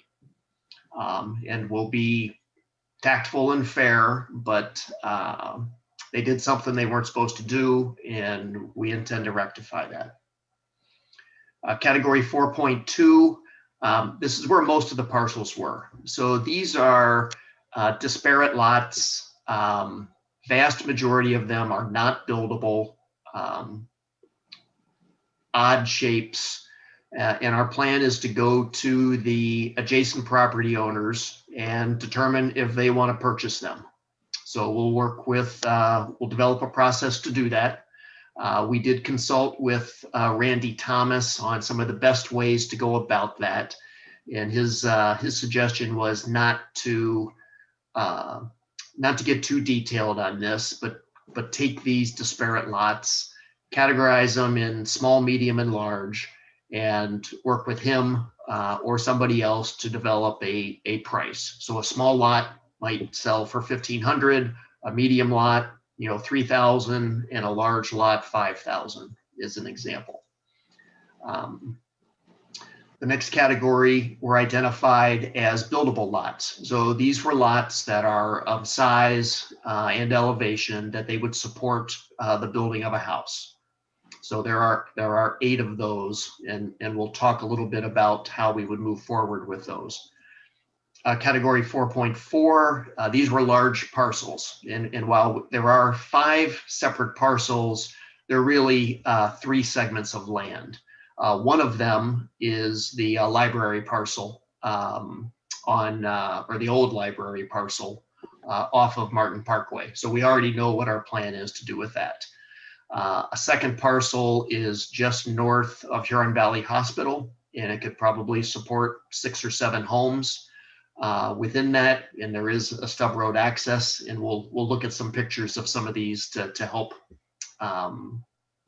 identify or to help demonstrate what those might look like. And then the other parcel is down by the wastewater treatment plant close to the Walled Lake area. We had several parcels that, because it was winter, we couldn't drive the parcels. It wasn't clear to us whether they were buildable or whether they were wetlands. So 8 parcels we're going to have to make a future determination on. And then there were 2 parcels where we thought it might be in the township's best interest to do a land swap with Walled Lake Consolidated Schools.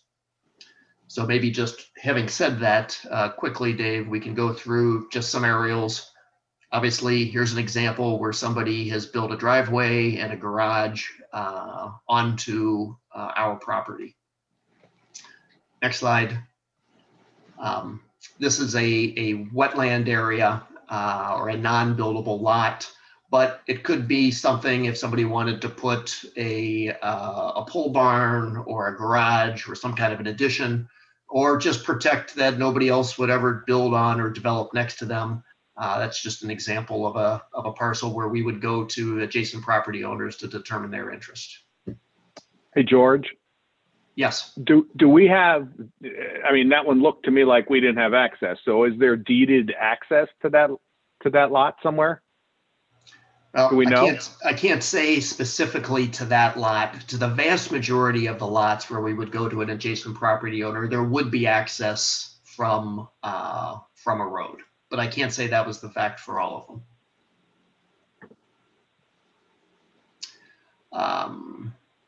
This is a lot, I believe, that's off of Carroll Lake Road that could definitely, you could build a home on that piece of property.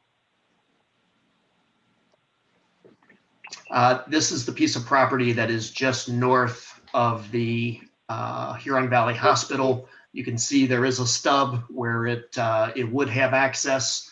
It could also have value to the hospital as well. It's just east, not just north. I'm sorry. Thank you. It's just east of the hospital, not just north. Thanks. Yeah, I for was that. going to say there's not. Okay. This is a piece of property where we couldn't determine whether it was buildable or not. It appeared to have enough elevation, but we're going to have to go and physically put boots on the ground to see what that looks like. And again, there was just 8 of those parcels. This is obviously adjacent to Clifford Smart. This is a piece of property right now that Mark and his maintenance crew mow on a very regular basis. And while we had no desire to sell that, there might be better use for Walled Lake Schools, and they might have a piece of property that there might be more value in the township owning. So next steps, one is to gain township board approval for the strategy and how we move forward. We would need to work with the township attorneys to develop a couple of letters for the encroaching property owners as well as those that are adjacent. And we would need to work probably with a realtor or with Randy Thomas to help guide us into a reasonable value for each of those properties. On the sections that the 8 parcels that we think would be developable for single family homes, our plan was to basically have Jay and Dave work with or develop an RFQ. And the RFQ would include the realtor involved would have to develop a price for each one of these lots as part of the RFQ, at least a preliminary high level lot. It would be an all or nothing for these parcels, meaning the RFQ, they would have to agree to sell all of them. It would not preclude them from buying all 8 of these parcels if the realtor / developer wanted to do it, but they couldn't cherry pick the individual property saying, I'll agree to sell this one, but I don't want anything to do with selling something else. And again, in talks with Randy Thomas, he thought that there would be enough interest within local realtor / developers that they would want to do something along that line. Regarding the 2 parcels that might be developed, again, we would look to Dave and Jay to work with some of our local developers to see what some of the options are for that. And those would likely have to come back to the board for approval, I think because of the size, and go through the planning commission as well. But to get some more insights on what that might look like and is it a good fit for us. And then finally, the 2 parcels that we discussed on potential to trade with Walled Lake Schools. So with that, so George, do you have a list of Walled Lake School property that we would be interested in? Because we don't even know. We did not look at that, and again, I'm going to go back to the discussion with Randy Thomas, who is working with Walled Lake Schools, and his suggestion was before we reached out to contact them directly to have a meeting with him so that he could discuss what the parcels are that Walled Lake presently owns that maybe they don't have plans for.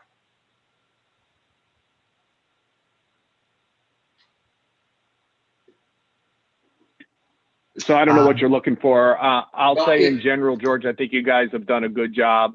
I think the dividing of it looks good. I know it's been a lot of work, and from my point, I appreciate it.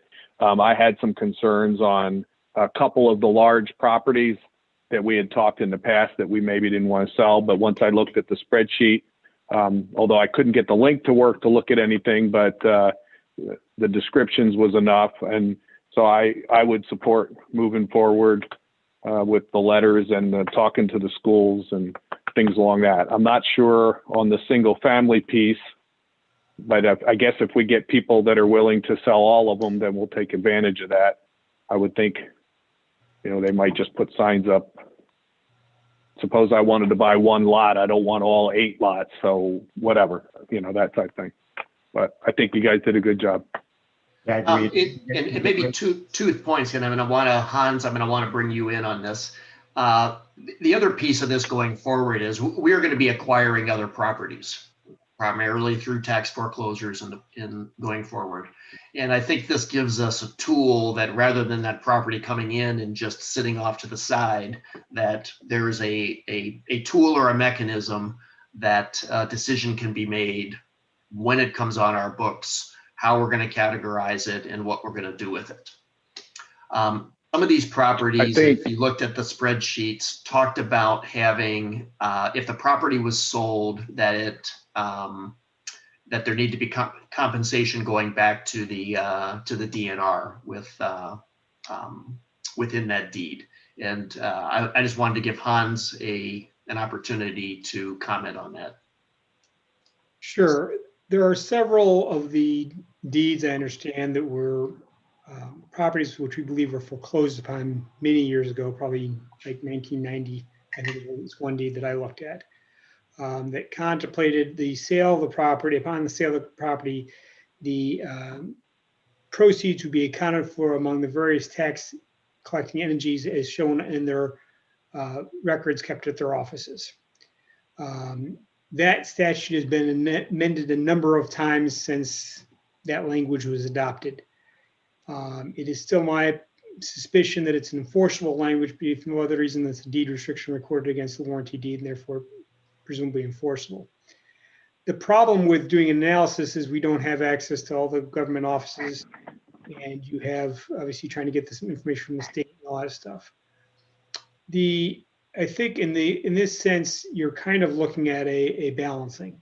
First of all, if it's anything like some of the more recent amendments, although those have now changed as well, costs associated with the township owning and maintaining it were deducted from the cost of any pro-rata share that we assessed against other jurisdiction because we assume the responsibility for maintaining those properties.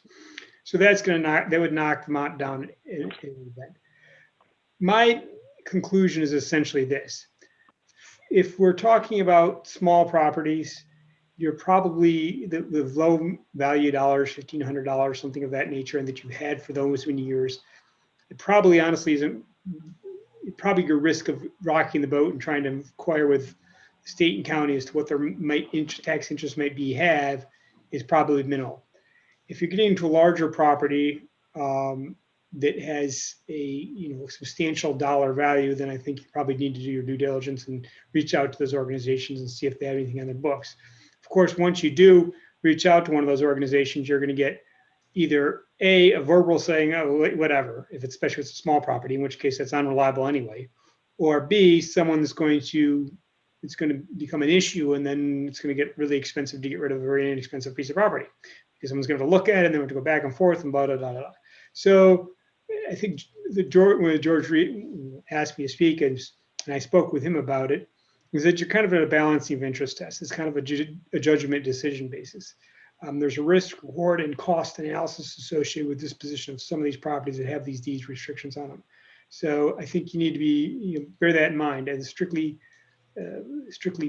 legal matter, probably the right thing to do is to investigate each and every one of them, contact the state, go through all of it. But the reality is, we don't know if those records exist. We don't know if the record's there. We don't know if it would ever be worthwhile, how much we've spent on them. It becomes a very laborious task, and in which case, how much money you're spending for how much money you're saving. Does that make sense? Well, it does, but it doesn't really give us direction. The other would be, George, I mean, you talked about potential future foreclosures, and I guess I'll ask it this way. Do we have to accept them? I mean, certainly if we're accepting property, I would make an argument that somehow we have in our process of doing that we don't accept properties with deed restrictions. If the state or whoever it is that's putting those restrictions on us and dumping the properties to us, because we didn't ask for them, say we're not taking it or whatever. I don't know what that process is, I guess. Like I said, the act has been amended multiple times since looking at those properties that were done. In fact, there was actually just amendment within the last couple of months. So, I believe I have to check the most recent amendment, but I know the version prior to that, those restrictions didn't come. And eventually what happens is you kind of get stuck with the property. There's so many sales and there's a very lengthy process on a foreclosed piece of property to the point where you actually sort of get stuck with the properties. But usually by that point, all liens are cleared, all restrictions are typically cleared, at least in the last version. And so you don't end up with those kind of situations. The biggest problem I know that we looked at one point in time, I know I looked at this with Molly, is we had some outlaw properties where they weren't really adjacent to the property owners, and the property owners got them as a benefit. This was on Reed Lake, as my recollection is, and then those property owners didn't do anything, so they just let them foreclose upon, and we end up with them. And then if you try to give them back to the property owners, what are they going to do? Just, why am I going to pay taxes on something I'm not using, I don't want? So you have to kind of think about that as you approach, I think, these properties and make sure that you're just not going to get into a vicious cycle of foreclosure and sale, because otherwise you're just spending money to accomplish not much at all. So just so the board knows, the heavy lifting on this was with Jay, who's not here, Molly, Dave, and Emily. And just if there's something we missed going through this, I guess maybe speak now or forever hold your peace. I would just like to say that most of the deed restrictions were from when the property would get foreclosed, it went from Oakland County to the state automatically. And then the state got it. And then if they gave it to the DNR or assigned it to some other state department, then that's when we get we have oil and gas rights and anybody can walk on it for any public purpose for perpetuity. And most of those happened anywhere, I think, between like 1988 and maybe 1994. So anything we've gotten from Oakland County in a foreclosure since then, we've gotten free and clear. And it's ours. And there aren't anything like that. It's when the state had control over the foreclosed property that we ended up with a bunch of these weird ones. If I could, a couple of the sites, when you reviewed them, looked to me like they might be old well sites. Is that true? Sure. And two of them we know are the one next to the hospital and the one north of Clifford Smart. Yeah. And the Gulf Manor one. Pardon me? The Gulf Manor site. Yeah. I think there was, at the time the wells were abandoned, there was some controversy over what would become of those well sites, with the neighboring property owners very interested in having the township retain ownership so they wouldn't be developed or they wouldn't be turned into a park that would have general access. So just by way of background. So if we want them to buy it, we tell them we're going to turn it into general access park. That would probably get you. I think that's our real estate program there. So I guess if I'm looking for direction of the board, I would be looking for the board to approve the categorizations that were in the package, and to grant the authority to the subcommittee to gain the valuations for the properties that were to adjacent property owners, to go forward with pulling together a draft RFQ that I would want to come obviously back to the board for, and to develop or at least to have preliminary discussions with developers for the 2 parcels of land that we talked about. So next step, come back to the board with the 18 properties that were to adjacent properties and how we're going to categorize them into small, medium, and large, what the logic is for that, and what the recommended sale price would be. And then the RFQ document I see as deliverables that we can then say yes or no to move forward on. Your motion? So George, is there going to be a cost to doing that evaluation? On the small, medium, and large, I guess the answer, Bob, is I don't know. So maybe as part of the motion, I would look to for the opportunity to spend up to $5,000 to do those evaluations. I'll make that motion, what you said, up to $5,000. Support. Motion Burkheiser, supports Sobel. So you are going to come back, you are going to come back before you spend any of the money, or you want to be able to spend up to the 5,000 and then come back? Nope, up to spend up the 5,000. So when we come back to the board, we'll actually have a finished product on here's how much, here's each of these properties, here's how we've determined how much they're worth, and here's how we would move forward with a a process to sell them. Okay. Any other discussion? So one more discussion, and maybe it's more of a question for Hans or whoever. What happens to the money from this? So let's assume we sell this stuff. Is this just go into our general fund, or is this sort of like some of the property that we have that, you know, we can only keep up to whatever the tax liability was, and then the rest of the money goes somewhere else? Or what's the deal with the proceeds from this? Well, I think it's dependent on each individual case. Okay, again, as I mentioned earlier, if it's a large parcel of property, you're definitely going to want to be cognizant of having divided up. It depends in part on when time that property was acquired, and how it was acquired. For example, if we acquired it at a first sale or at the last sale, it makes a difference in how the proceeds are going to be disposed of. So to give you a blanket answer, I can't say that because. Okay. But I think the subcommittee owes it to the board to have those answers the next time we come back with wanting to move forward. Oh yeah, can you like create a couple of columns in here? One, where the money would go to on each property on that spreadsheet. Anything can be done, Rick. I know you're capable, George. Any other discussion? Roll call vote. Burkheiser, Aye. Noble, Aye.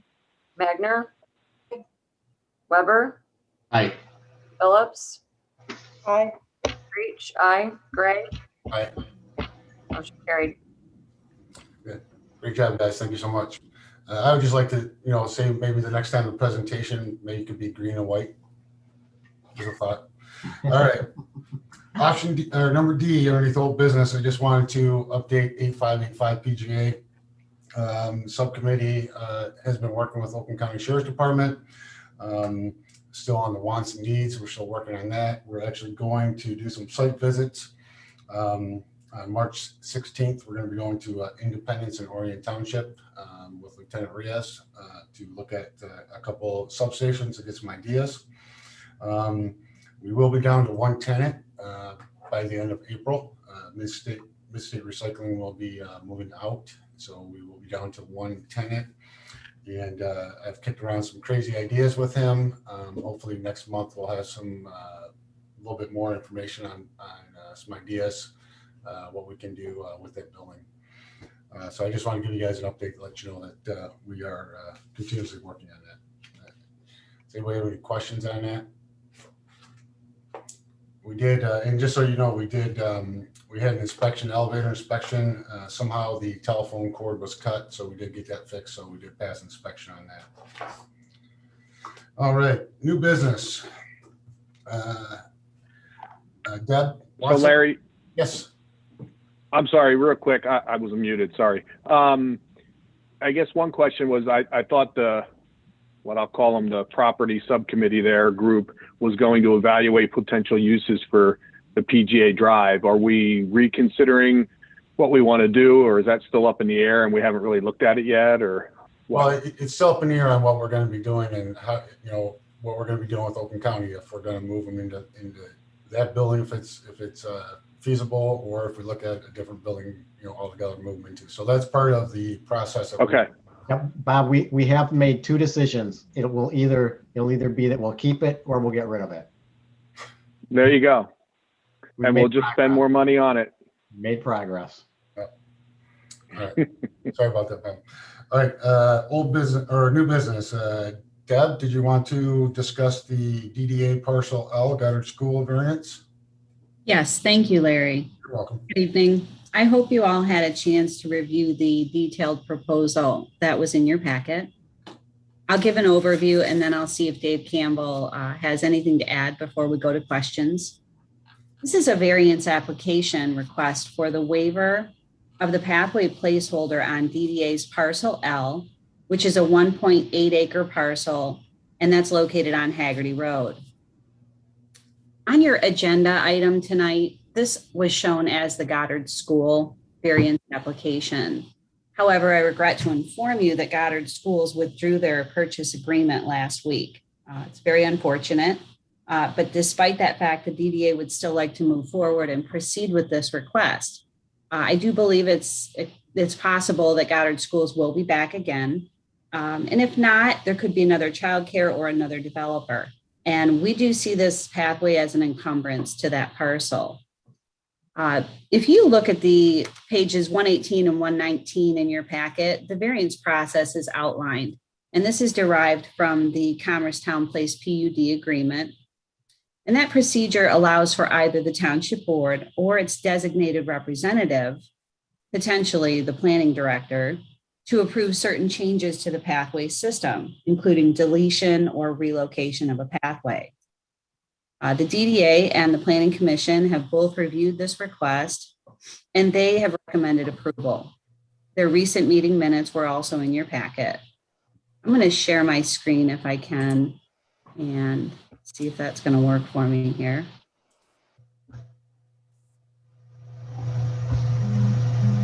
Okay. So can you all see Merrill Park here? Yes. Yeah. Okay. So we've got Martin Parkway here and Merrill Park. This is parcel L right here in Haggerty Road.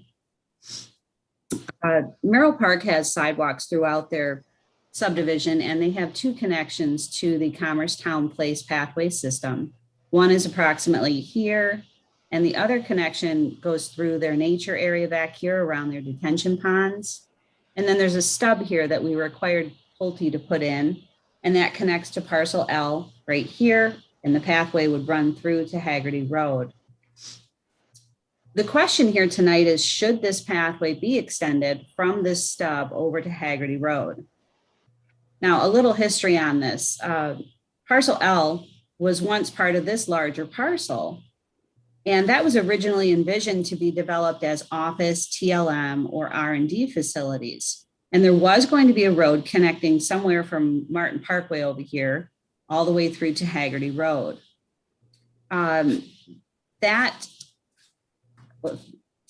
Division changed, and this is now a residential development. In those negotiations, when that parcel was sold to Hunter Pasteur and eventually Pulte, the property was split and parcel L was split off over here. The DDA retained that, and it was removed from the condominium. And the road connection that was to be made was eliminated. The DDA is now suggesting that the pathway connection here also be eliminated.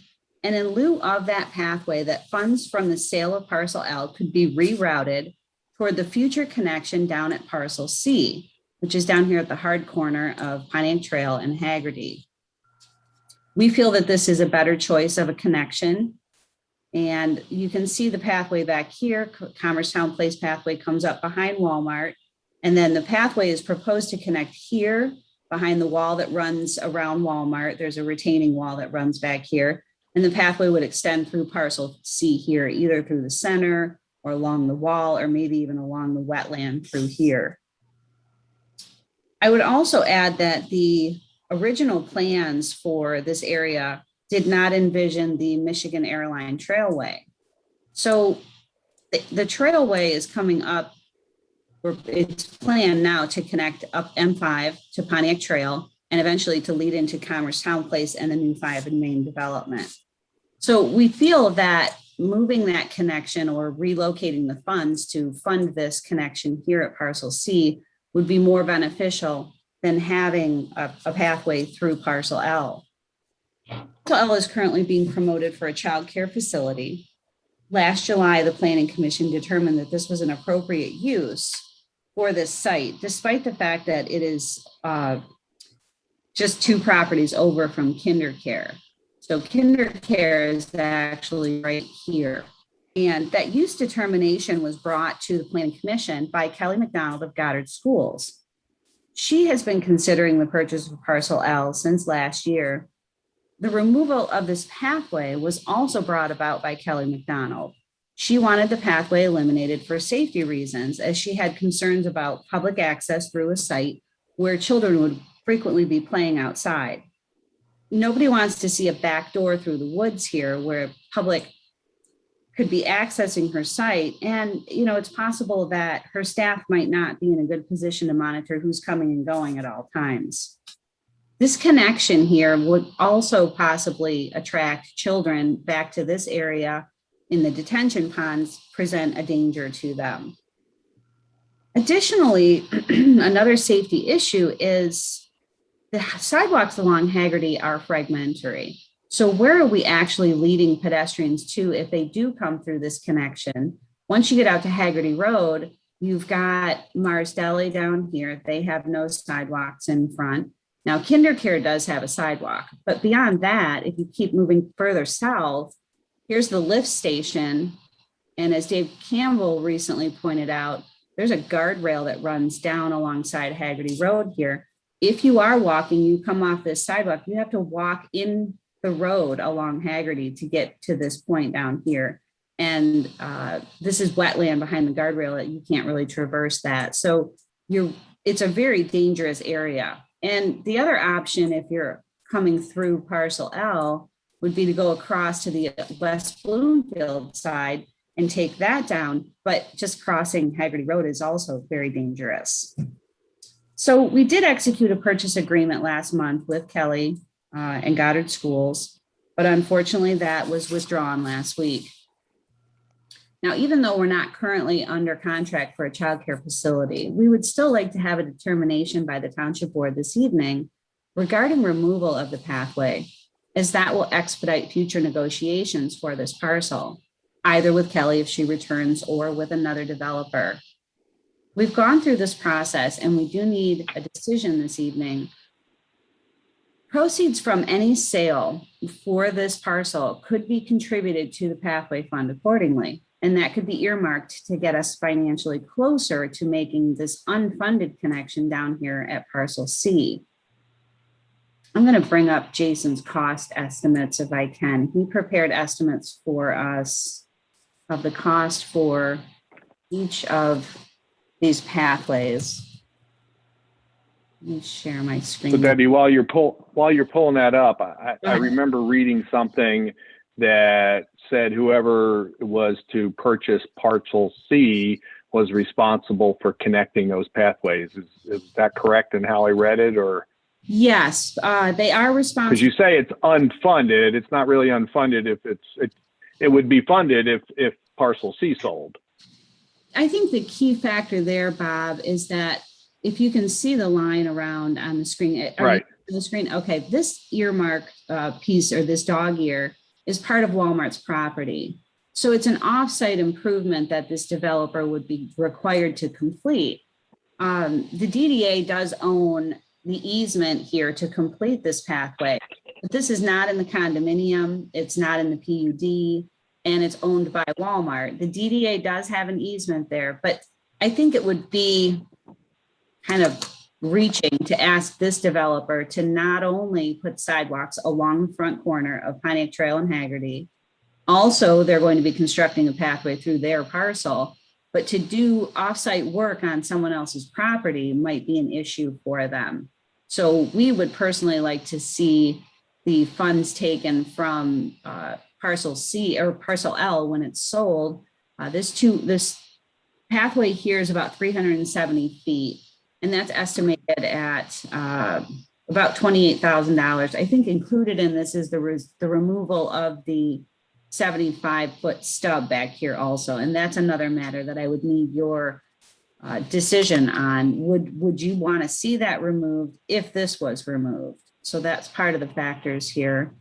So this is a $46,000 connection considering the wetland on the easement piece at Walmart. And we would prefer to see those funds rerouted over there. In addition to making a decision regarding the pathway waiver this evening, I would also like to request that the board consider appointing Planning Director Dave Campbell as the designee. Now, this is outlined again in the PUD process. So going forward, he could oversee changes to the pathway such as this. He could have the authority to make decisions regarding waiving and or relocating pathways. Appointing him as the designee would save all departments and boards time and money in the future and simplify this process. Dave frequently deals with this process when it comes to site plans and sidewalks to nowhere. Developers contribute the cost of their sidewalk into the pathway fund in lieu of building a dead-end sidewalk. And sometimes those funds are earmarked to make connections elsewhere in locations that might make more sense. Lastly, I would note that part of this decision would also involve that stub that Pulte was required to install. I did contact Merrill Park HOA, and we had a couple communications in this regard. The last communication he sent to me last week was, it sounds like you can go ahead with the stub removal. So if that has to do it all, they did do a Facebook poll, and they had 39 people, or 39% said keep the stub, 28% said remove, and 33% didn't care. So personally, I look at that as the ones who don't care and the ones said they were okay with removal. That would be a total of 61%. But we really only received responses from 39 of the 69 residents in Merrill Park for that. So in conclusion, our request includes 3 items for your consideration. First, would you be in favor of removing the pathway through parcel L? Secondly, would you consider appointing Dave Campbell as your designated representative? And third, if the pathway is removed, should the stub also be removed and restored to grass when the site is developed? And I think that's it. Dave, did you have anything to add? Only that this matter did come in front of the Planning Commission at their meeting last week, Monday, just for discussion. We thought that the Township Board would want to have some input from the Planning Commission, and it's worth noting at that point that it was still assumed that the Goddard School was going to buy parcel L. That obviously changed late last week, or at least changed for the moment. So the Planning Commission's consensus was that it makes sense to not require this pathway across parcel L. And I would say, and as Dave said, it was an easy discussion within the Planning Commission because we all assumed it was going to be a daycare. I think there is still some logic on not having having something dead end into Haggerty Road. But I guess I have one comment and one question. So since we don't know what kind of business is now going to go there, I don't think we should be making a decision on removing the stub from Merrill Park. If it's a bar restaurant, somebody's going to want access there. I also don't know, because I don't know what impact or what value having that easement dead end into Haggerty might be for some other kind of business. So I don't know if Deb or Dave, you have any thoughts on that. I guess what I don't want to do is, now that it's presently not going to be a daycare, and we don't know what might go there, is there any downside to removing that easement? Dave, do you recall, was there a fitness center that had proposed building on parcel L and they were interested in the pathway at that time?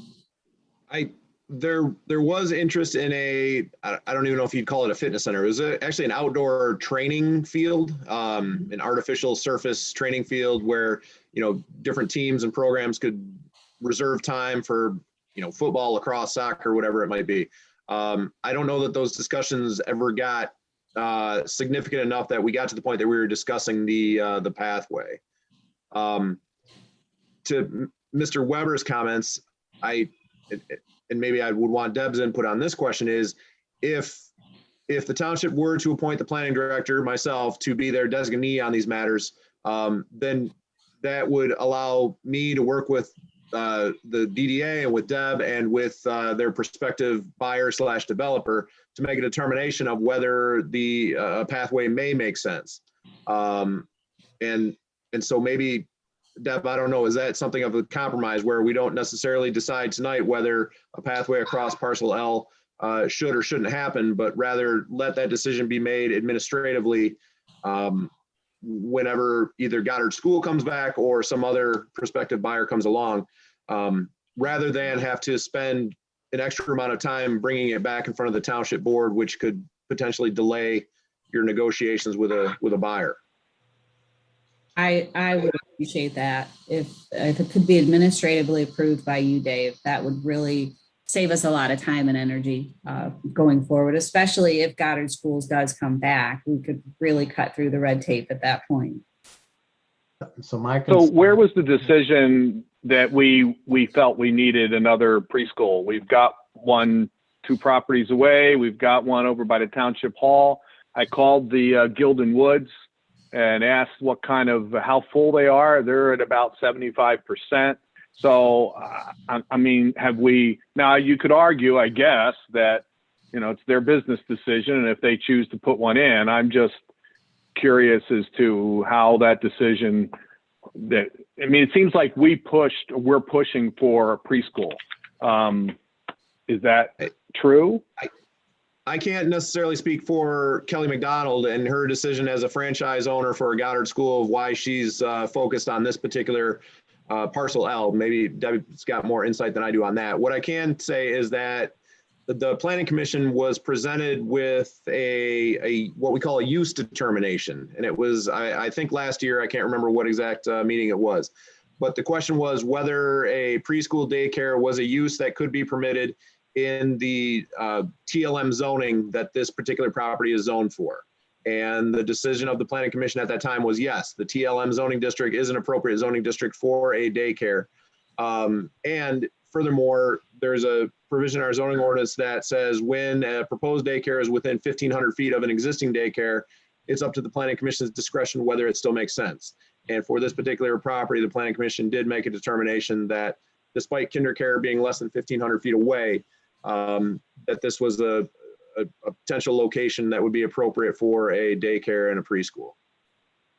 So in that thought process, Dave, does someone call KinderCare and say, hey, what's your, not staffing, but how full are you? I just think for us to allow businesses that are going to pull from other ones, and then we potentially have 2 that may go under or not make it, is wrong. I mean, I felt that with the same with hotels and all the other stuff that we approved. So do we reach out to the ones in a certain area to see whether there's really a need for them? I did not, and my staff did not reach out to KinderCare or any of the potential competitors for Goddard School to see what their enrollment levels were. To a certain degree, the township's job is not to regulate competition. If there's a pizza shop in a commercial building and another pizza shop wants to open right up the street, it's not up to the township to determine whether there's a need for another pizza shop. If the zoning is appropriate, then we let the competition of the free market. Well, we do that all the time. We decide whether we want another gas station or a liquor store. So, I mean, we do those type of things. And so whether we need another one or not, I'm not saying we do or we don't. If they both can make it, great. But I was just curious. That's fine. So Bob, we had that discussion. So it wasn't just the KinderCare, but we actually looked at all of the daycares within, I think we chose a 5-mile radius to determine. We also took into consideration the new development, the traffic, and the information provided by the Goddard School on, yes, there is enough demand within the area to do this. Now, having said that, we did find out, I don't know, maybe it was 5 months ago, that when this got put on hold, there is another Goddard School at 13 Mile in Haggerty. Right. That's with a different franchisee. And so that's probably what happened here with that.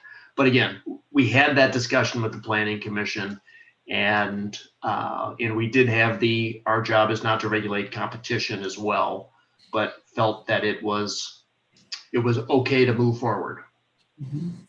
So Deb, if I was with giving more authority to Dave, one of my concerns is we, the board, are the ones that are fiscally responsible. So if there are things that he would do that don't involve monetary issues, that's one thing. But if it's going to involve monetary issues, then to me, that's got to come back to the board. So that's one of my concerns with doing that. I'm not as concerned about trying to get it done as fast as possible. We meet at least once a month. If it's that critical, we can have a special meeting. I'm not looking to try and do things fast. I'm not trying to do things right. And a lot of thought and time was put into these plans with, the layout there is right now, and to start changing things, I think the board needs to be involved with that. What is the total dollar amount, Deb, that you're requesting Dave be responsible for?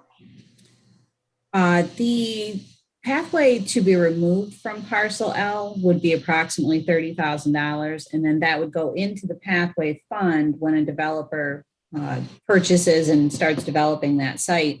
That 30,000 would go into the pathway fund, and it could be earmarked for parcel C, or it doesn't necessarily have to be, but I would like to see it contribute to that $46,000 connection that needs to be made there. So I think the same way that the Planning Commission authorizes Dave to have administrative approval over other matters, this would be very similar to that.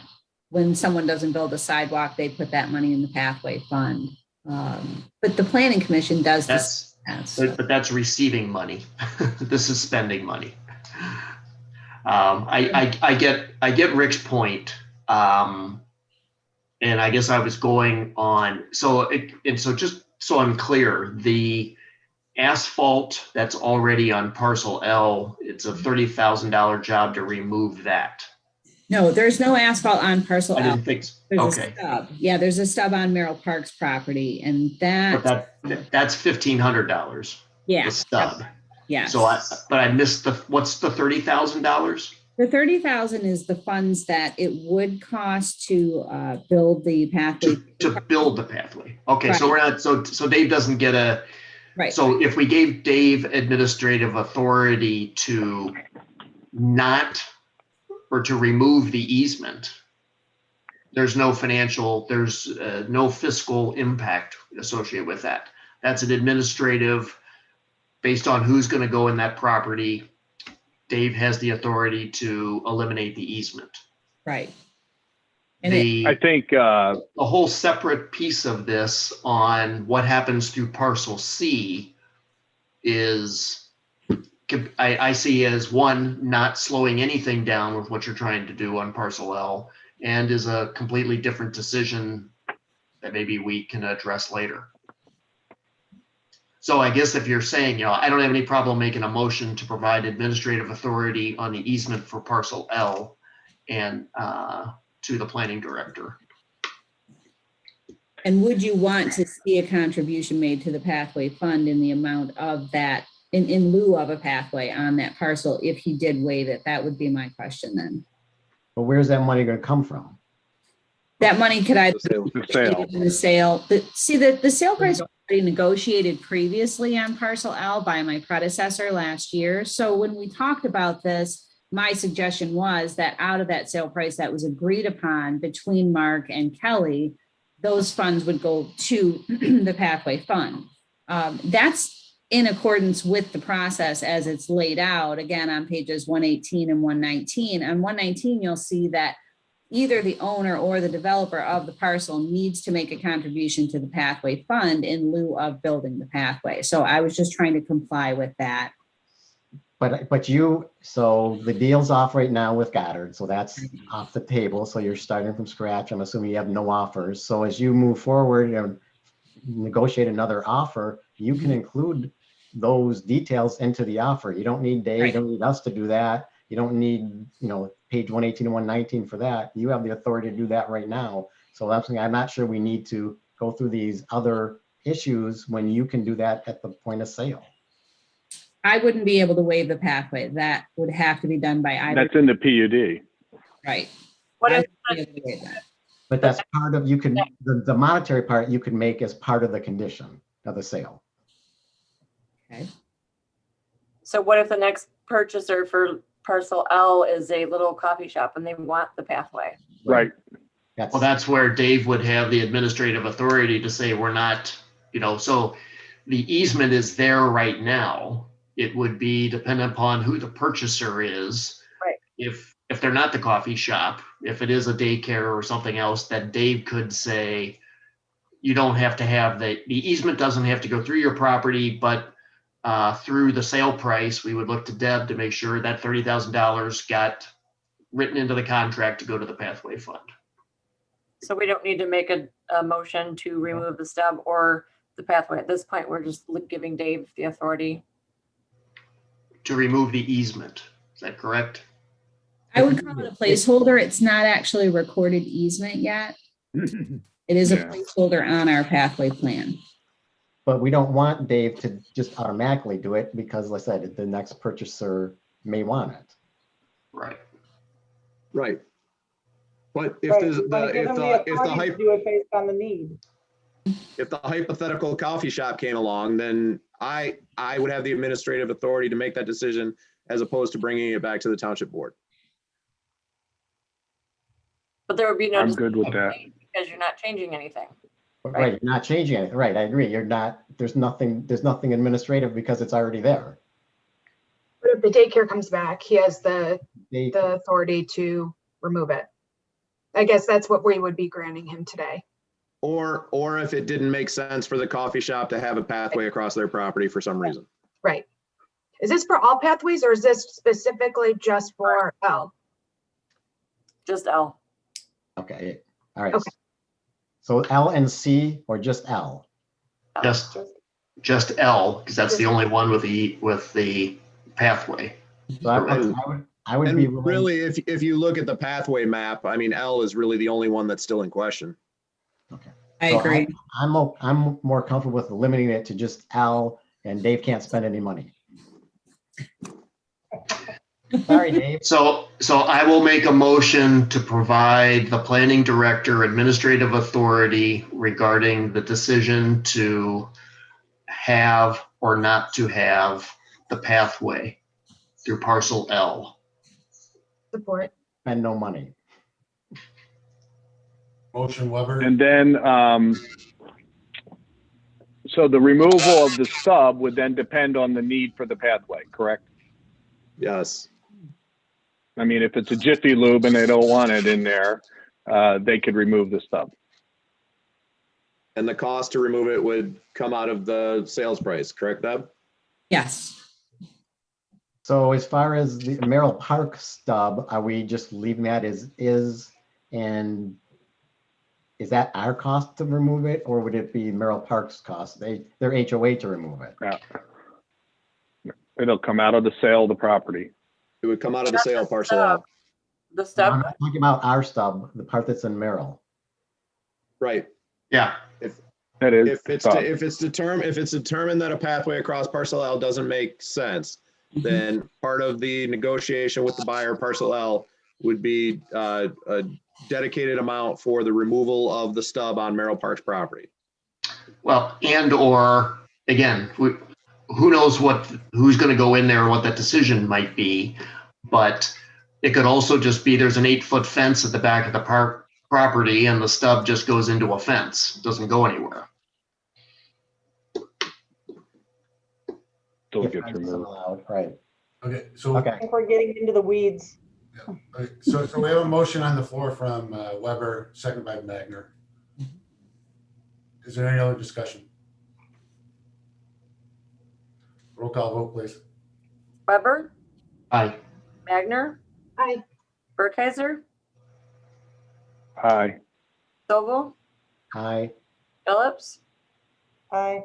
Creech, aye. Gray. Aye. Motion carried. Thank you.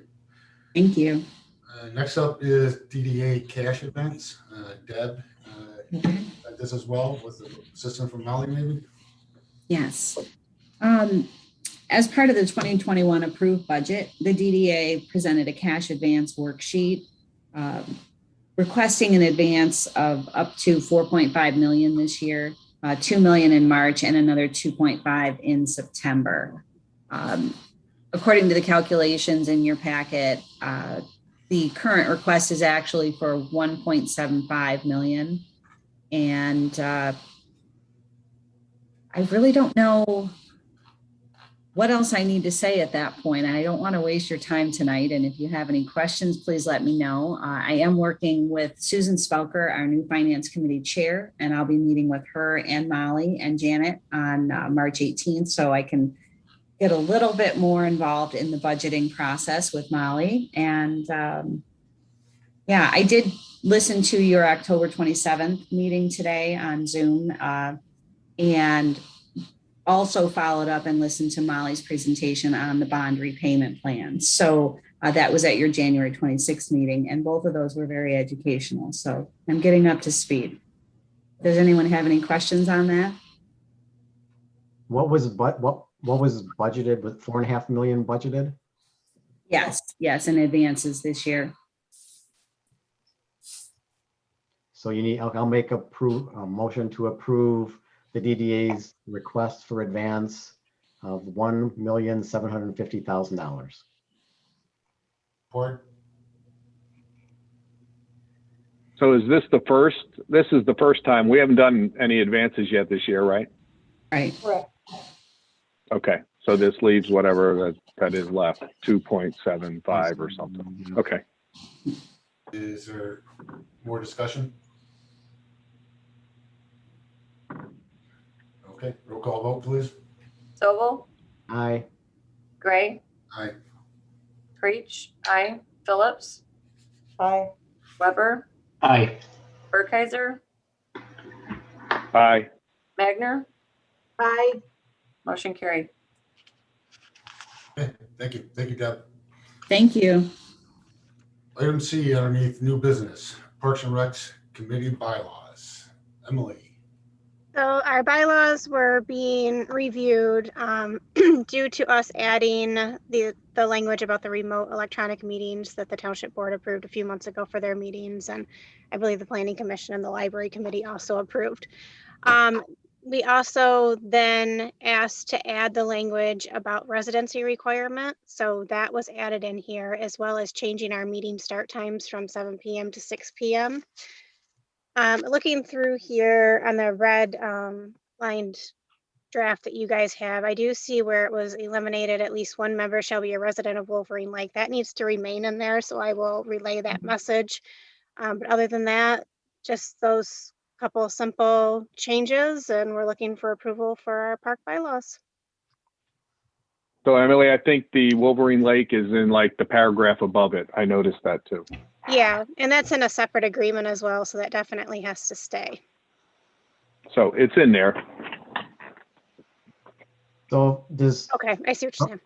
for the Wolverine member, is that someone that's, that their board recommends to us, or do we eliminate that old language? It's not somebody that they, well, it's Larry's ultimate, decision to make the recommendation for appointment. It just has to be a resident from Wolverine Okay, Village. the language used to say that they made a recommendation to us, but No. that, okay, I didn't see that, so, okay.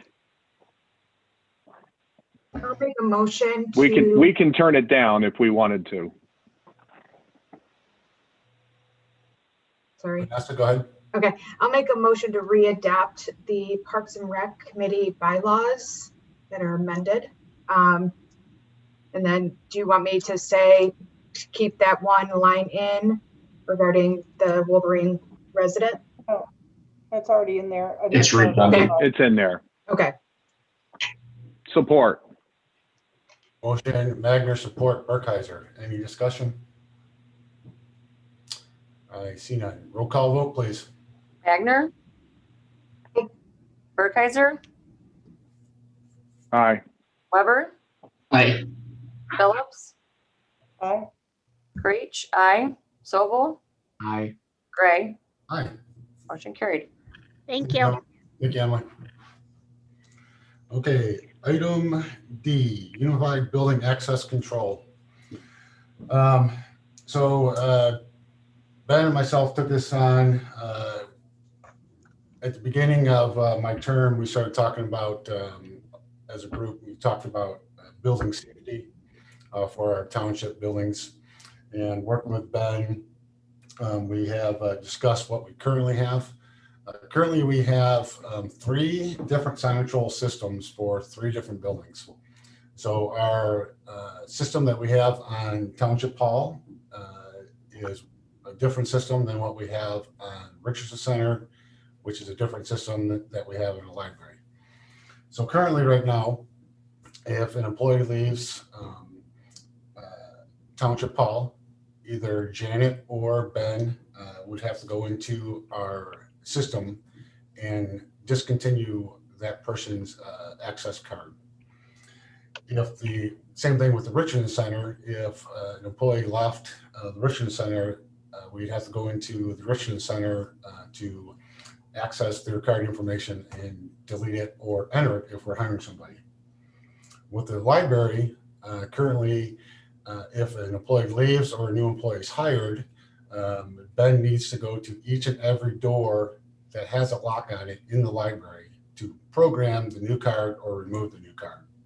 So it's quite cumbersome, as well as each one of those locks in the library has a battery. So the battery could die, which would eliminate the lock from being used.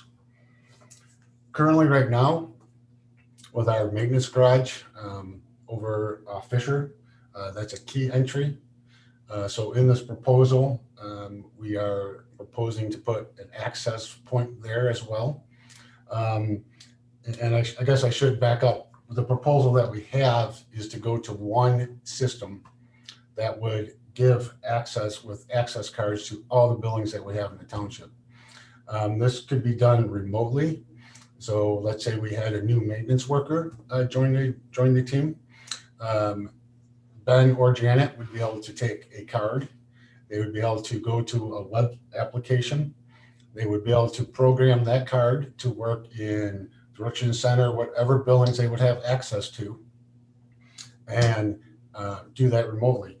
If that employee left or another employee left, no matter if they were in the library or that maintenance worker left, they could immediately go to the web access based program and remove them, and their cards would no longer work. So what we're looking to do is, again, update the 3 existing systems that we have to one, which would actually be the one that's operating in the Richmond Center. We'd like to add 1 access point to the maintenance garage that would be controlled by the maintenance workers, and as well as the fire department would have access to that to exchange their oxygen bottles. We'd like to put 1 at the fire stations as well. Currently, right now, the fire station has a push button system that's been placed since the fire departments have been built. I can tell you, being a member of the fire department, or was a member of the fire department, that in the 20 years that some of those buildings had been built, the code was changed twice. With the amount of people that we have come and go through the fire department, I think we need to count our blessings that we haven't had anybody come back to take or steal any of our equipment. We can safely say that we have over $1 million of equipment in each fire department station. So what we would like to propose is that we have the swipe cards for the fire stations. Station 2 would only need 1 swipe card to replace the push button, the current locking system. Station 1, we would also propose the same setup. Station 4, we would propose 2 swipe cards for that station. And then this quote would also include the new Station 3 along with security cameras. Ben, have I missed anything yet? No, I think that just about covers it. I think that the main reason that this sort of happened upon us is just because of the township, our township hall system is 11 years old at this point, and something like this was planned for the library, but at some point it was cut, and I'm not sure why. And the construction manager opted to go with a much cheaper standalone door system that saved a lot of money but added a lot of headache with having to program the doors individually, and then their batteries just don't last very long. So the maintenance department is constantly coming to replace batteries and so forth. So I just think that this is something that we need to move towards, just to make our buildings more secure, to keep fewer physical keys out of circulation, and just make the administration of access a lot easier. The other thing this would include as well too is a cloud service, so we could actually keep track of who's entering and exiting. Who's entering the buildings with the swipe cards. So that's something that we do not have access to now. So Larry and or Ben, so one comment, the fire station number 3, I don't think is part of any decision here, because that would be financially, because that would be included within the build of the station. But if I'm looking at, help me understand the monthly costs that I see at the top of page 188 and those that are part of the monitoring fee. So what's the difference between a monthly cost and a monitoring fee? Is the monthly cost like maintenance costs? And well, the monthly costs and the monitoring, they're all the same. So the individual monthly costs are per building.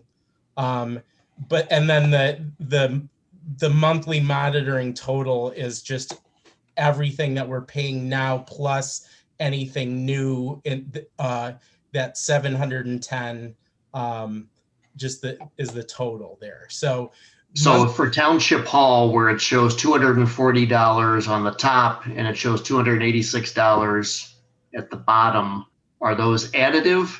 Yes. Or is the 240? Okay, so Township Hall monitoring then is roughly $500 a month. Yes. Under this proposal. Yes. And okay. So you obviously went to some Sonatrol, I'm assuming, because it's thought that there's economies of scale since the Richardson already has that. But when you're talking about a $75,000 spend and $16,000 worth of monthly costs, is there anybody else that does this other than Sonatrol? Meaning, if somebody, I don't know what it would cost to retrofit Richardson, but could it be less costly to retrofit Richardson to somebody else's rather than just moving forward with Sonatrol? That is certainly a possibility, but again, yeah, we would have the added cost of yes, retrofitting Richardson and starting over from scratch. So that is why we started with Sonatrol, and I know Emily worked very hard to get a system in place and that worked with the renters, because that is one of the uses that we use for this access control system at Richardson, is she's able to give a pre-programmed card to renters that they can use only when their particular rental day has come and their access time has started, and stops working when it's finished. And that's certainly something that we could move to another system. But again, since we have Sonatrol for so many other things, it seemed the best place to go to be able to unify everything together. So I think it's a fair question to see if there is at least one more quote that we can get because of the amount of money we're spending. And I would say, are we happy with Sonatrol? Is this budgeted? I don't believe it's budgeted. I don't believe it's budgeted. No, I don't think so either. So, I mean, certainly we're moving in that direction, Ben, and I agree that we need to move in that direction. And certainly by the using Richardson and the fire department coming on, I guess I feel like this amount of money should be something that one, we do some due diligence, like they're saying with maybe some other companies, and then maybe program that to be done into our budget for next year. But that's my opinion. I think, you know. But we need to make a decision on who we're going to go with prior to next year, so that when we're building the fire station, we're utilizing whatever system it is. Right. We should Agreed. get another quote by the next board meeting and make a decision then. Yeah, okay, Ben and I will work on that, and we'll work on having a quote for next board meeting. And maybe just a question, maybe it's for Emily. Are we happy with Sonatrol, with the system? Yes, it works well for having the different user groups in my building. Okay. How many have we had recently? Funny, funny, funny. Okay. So well, for the 5 user groups that we've had in the last 18 months. That is 5 less incidences we have had. okay, well, we can just table that then, and we'll discuss it next month. Thank you for the opportunity to present that. Next up in new business, Hans is going to go over a resolution to enter into a restaurant relief program interlocal agreement with Oakland County. Yeah, I can make this quickly for you. First of all, items 8E and 8F are essentially the same thing, so we'll hit to both at one time. I provided a resolution in your packet if you want to accept this agreement. It is an interlocal agreement with Oakland County. For all essential purposes, it's more or less free money. It's part of the COVID package relief fund. Allows you to escape clause at any time for any reason.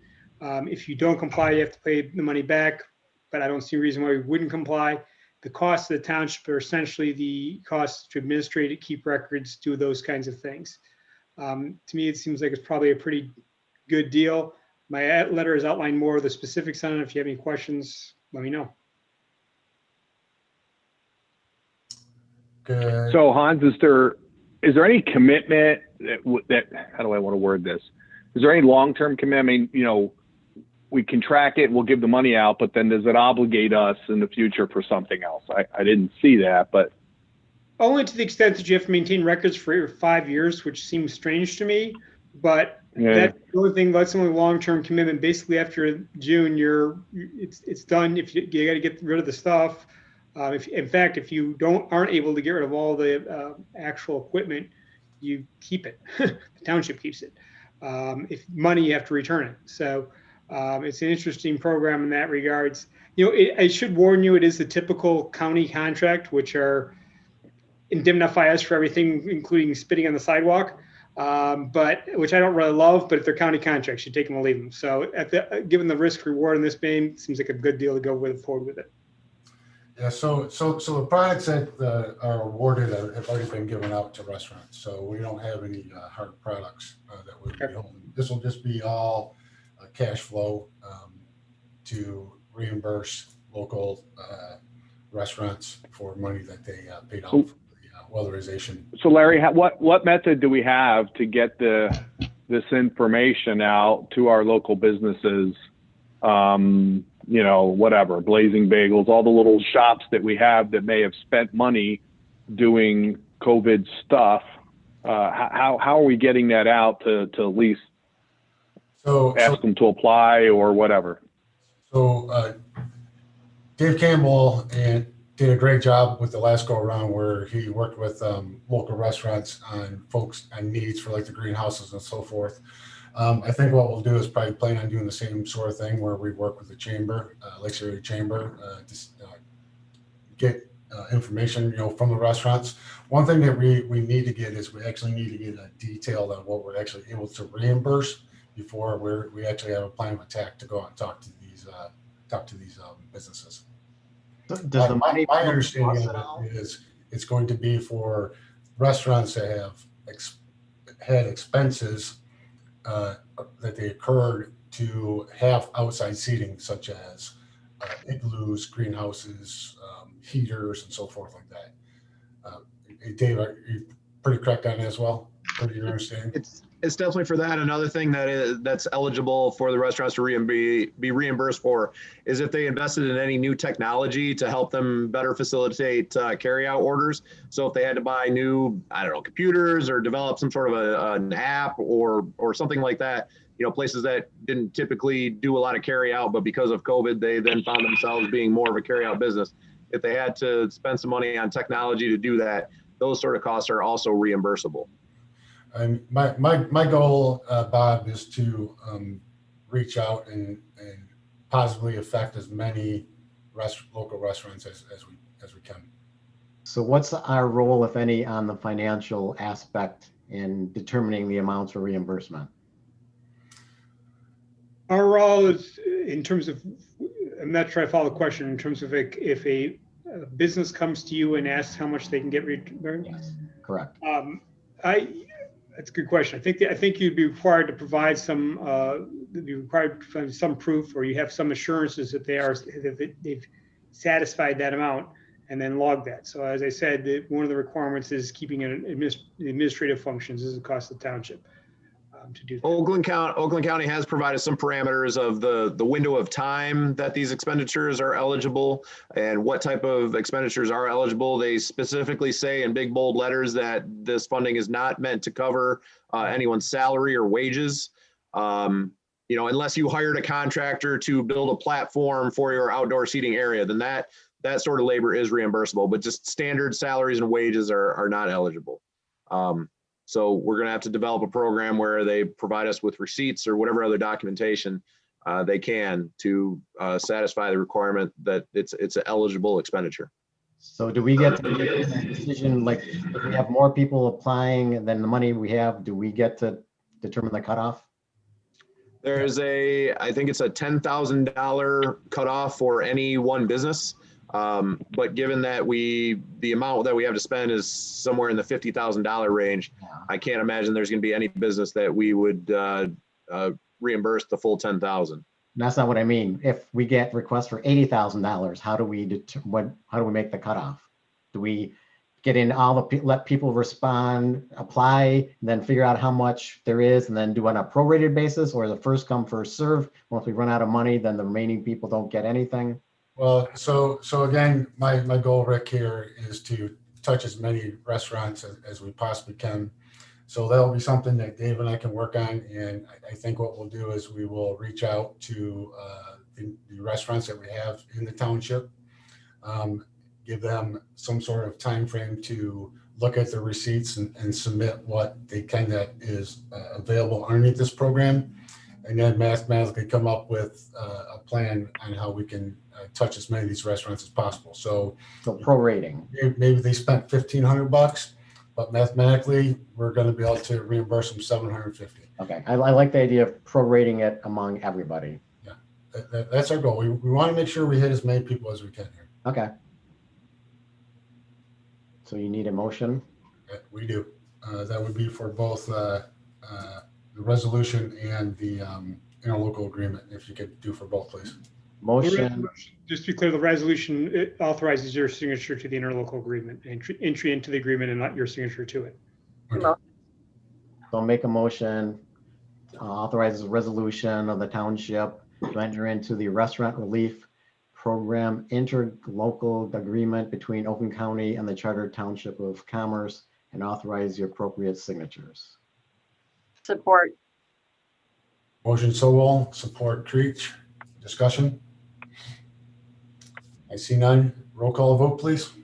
Sobel, Aye. Creech, aye. Phillips, Aye. Burkhalter, Aye. Weber, Aye. Wagner, Gray, Aye. motion carried. Thank you so much, guys. Okay, on to orders. We have to approve the agreement. Oh, I'm sorry. Motion. So we did. I thought we did them both. You did. The I thought we resolution did too. covers the agreement. Do we need a motion, Sans? Let's say the resolution approves the agreement. The resolution authorizes entry into the agreement. So the resolution is the agreement. So we only needed the one motion. You only need the one. Okay. Okay, item 9, orders. Move approval of the orders and add-ons. Motion Sol, support Magner. Discussion.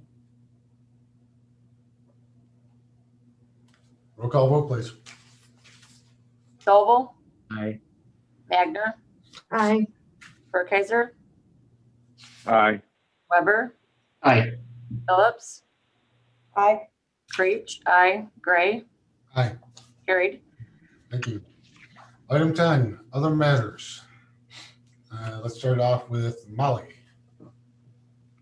I only have one other matter, and I don't very often listen to the news, but do we have Microsoft Exchange servers? Ben? No, we do not. Yay. That is one reason. That's why we moved to Google. That's it. That's all I had. All right. Melissa. I have nothing. Mr. Sol. Have we received any of our CARES Act money yet? No. Talk about for what was just passed? No, for last year for reimbursement for police and fire. Molly, did we? I'm not sure. Molly. We got some. I think we got it in November. Yeah. But I don't see the amount. I don't remember either. I'll talk to Janet. Okay. That's it. Thank you. Vanessa. I was reading the director's reports and just had some quick questions for Dave. I was wondering what the hot yoga, there was just like a bullet that just said hot yoga. He's just checking. It's pretty. It's I'm pretty like, are great. you checking to see if we're reading it? Because I love hot yoga. If that was a tease. I've heard sometimes people put things in their reports just to see if anybody's actually reading them. Oh, I heard that somewhere. You missed the part that Jim Dundas is the I coolest. was worried. Oh, no, we Okay. didn't. Okay. Well, now I'm sad. So Emily, I was wondering with the, you said something about that there's constant calls about the Scarlet Smile Pavilion and also the pavilion by the library. Mhm. Have you guys talked about renting this out? I'm assuming it's to rent it out, right? It is to rent it out, and we've always been a first come, first serve. And some of the stipulations and the grant funds that we received is that we can't really charge admission. So, I mean, we could put reservation signs up. We've done that in the past. It doesn't work well unless you have somebody there manning it to make sure the correct people show up. So the parks has just strictly stayed first come, first serve, can't deny anybody use of it. Gotcha. That's too bad. That's it. Okay, thank you. George. First, I'll give a shout out to Allison in the library. Mickey and I attended Tammy's tastings cocktail class, or the Zoom for that. I now have a much better appreciation on how to properly stock my bar. I did get a little worried with Cherie when I thought she was getting attacked by murder hornets, but it turned out she was just trying to wave her arms around to get the lights to turn back on for the motion detector. But that added a little bit of comedy to the event. Maybe following up a little bit to Molly's question on the servers. I saw that between Allison and Ben, we're looking at providing some Chromebooks for library patrons to check out. And one, I just wanted to make sure that there was no connectivity from any of those back to any of the township servers, that those would be purely just standalones. Yeah, absolutely none whatsoever. Second question, just with the amount of some very sophisticated and well-run companies being hacked by phishing scams to get access to sites, should we be looking at some kind of a training for all township people on what to look for? Just, if nothing else, just a reminder. Everybody thinks they're really smart, but I tell you, some of these things that are coming in that I personally get, whether it's from Amazon or my credit union, Yeah. it doesn't matter how much I look at them, I can't tell these. The only reason I know that they're they're a fake is because my Amazon Prime account doesn't come due for, another 9 months, and they're telling me to click on to re-up for it or something. Yeah. And I literally just this evening, I got a phone. It was a 1-800 call, and it was a voice telling me that there was a $400 charge on my Amazon account, and, to wait to talk to somebody. Well, I hung up and checked both my personal account and the account that we use for the township, and there were no charges, unauthorized charges on it. But no, you're absolutely right. I have individually tried to educate people, but I think that, yeah, it would be a good idea to have something more formal that that we could probably every quarter or so just remind people of as well, because they come in, whether they come in via email, which is probably the thing that we're most worried about with our network, but just personally, just phone calls and things like that, the things to watch out for, to never really trust anything, to always, if you do get an email, to contact the person and make sure that, they intended to send something and so forth. So yes, I will work on putting together some sort of an educational series on phishing. And use some real world examples. Here's how, and if you want to talk to Edgewood Country Club, I'm sure they'd be willing to share how they got taken for over 6 digits. Wow. Our security team just has had us implement, we no longer allowed to open up or receive zip files. So anyone sending us a zip file in our system, it's stripped right away, so we can't receive any zip files. Okay. So anyway, that's 2 other really quick things. I saw within the contracts that we have it's a contract, Insight Commercial Consulting Agreement. I don't remember seeing that before, but maybe Dave or Deb could just explain what is our consulting agreement with Insight. And part of my question is, if we have an agreement and they're providing services for something, then the property strategy, I won't have any problem going to Randy to have him work on this. George, I know I saw our consulting agreement in the files the other day at the office, so I'm happy to pull that and look it over. Are you speaking of the township or the DDA? It showed up as a township agreement that is coming due within the next, I don't remember the time frame, but whether it was within the next year or something. I just don't ever remember seeing an Insight consulting agreement listed anywhere before. I think it was valid for 2 or 3 years off the top of my head, and I do believe it would be expiring December 31st of 2021 for Randy for the DDA. So I'll pull that and find the details that I have on that for the DDA specifically. Okay. The only thing I can think of on the township's end is the library parcel, but I don't know. That's me speculating. I don't know what else that it would be if it's an agreement with just the township as opposed to being with the DDA. That makes sense, Dave. Yeah. I can look tomorrow. Again, I was just looking if there's something we can leverage where we're already paying him to do certain services. If we can fall within that umbrella, then that would be great. The last thing I have quickly is for Emily, just a status on the agreement with all the folks that are using our parks. How close are we to having the agreements done and in play, or I guess maybe the agreements finished and then reviewed with the board prior to execution? A standard form agreement's been reviewed and accepted. We're just working on the exhibits that pertains to the specific leagues, since they are all different entities that we'll put on as an attachment. So hopefully by next month, we can start having some of them roll through. That's all I got. Thank you. Thank you, George. Bob. Couple things.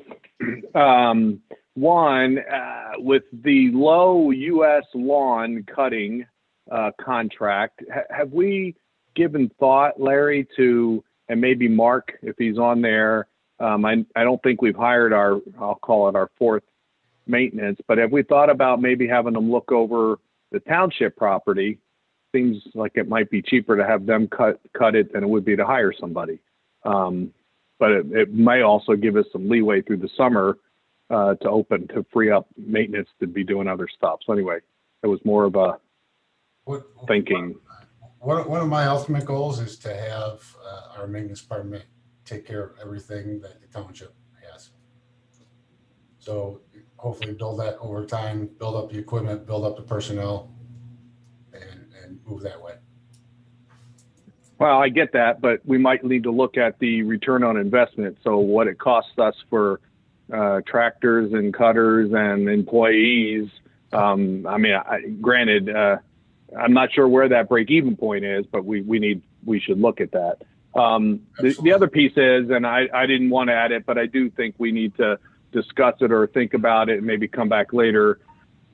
Maybe next month you can ask Ryan Berman to come and speak to us. But I do personally have great concerns with the idea of increasing our bar closing time to 4 a.m. I don't think we need, personally, I don't think we need that in our community. I get the idea that people work shift work and whatever, but I'm not sure that fits. But I wouldn't mind hearing from Runstead and Ryan Berman if they want to give us 5 minutes of why they think that's a great idea or not. That's fine. And I know we'll be able to make that decision on our own.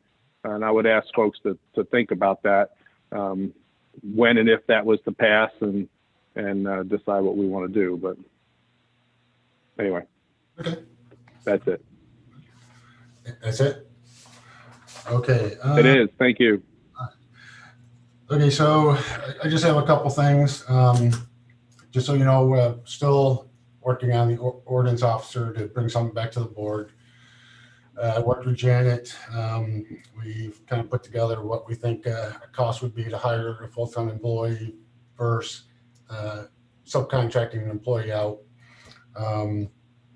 as well as what we're currently paying Kerr to do the ordinance officer. So I'm hoping next month I'll have a nice little presentation to give. For all of you to know that we did move forward and we did get a phone number for the maintenance department. So there'll be one phone for after-hour service calls. That phone number is, if you want, 248-807-9706. Allison will have that in her library emergency book, and I believe Emily will have that posted as well. So if people need that phone number, that will be on the person who's on call or Mark during the day or who's ever on during the day.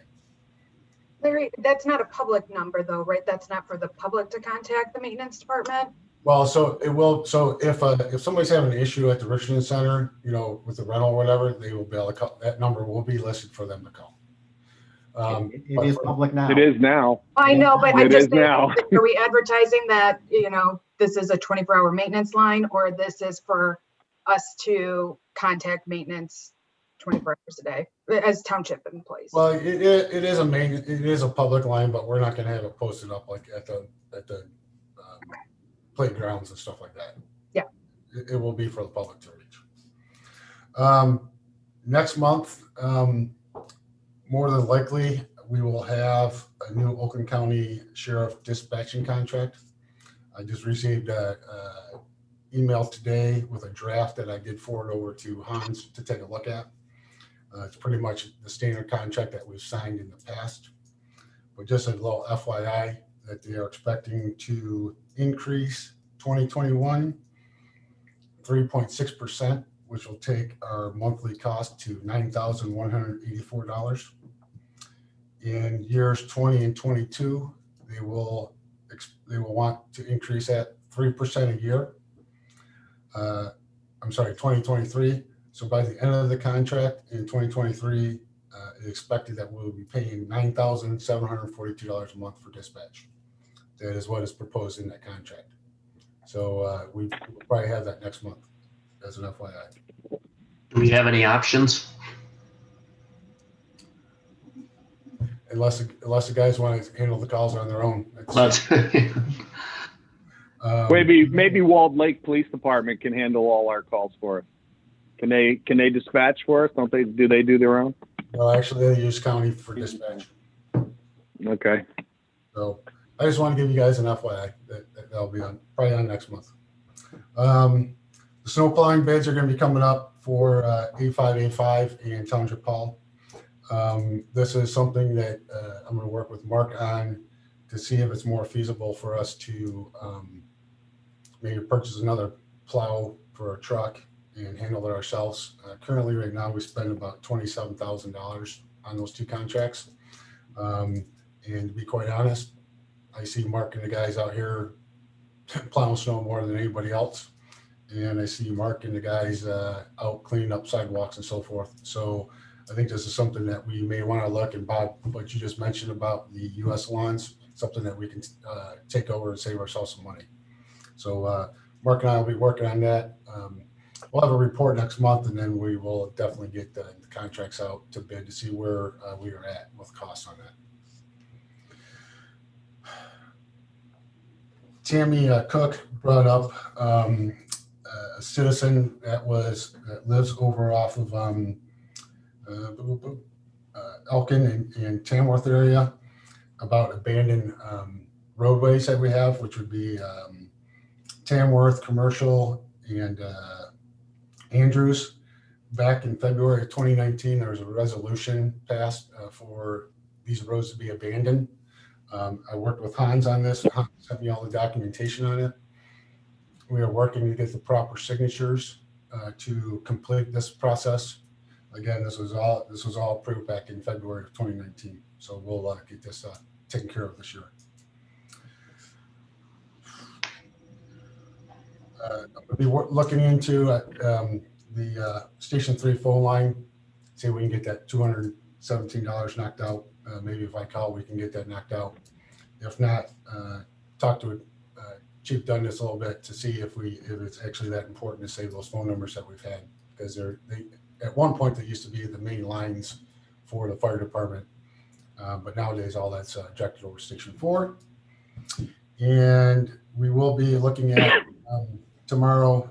Emily and myself will be meeting with a group that is coming to the Parks and Recs department with a splash pad project, and we will keep you informed as we move forward with that, if we do.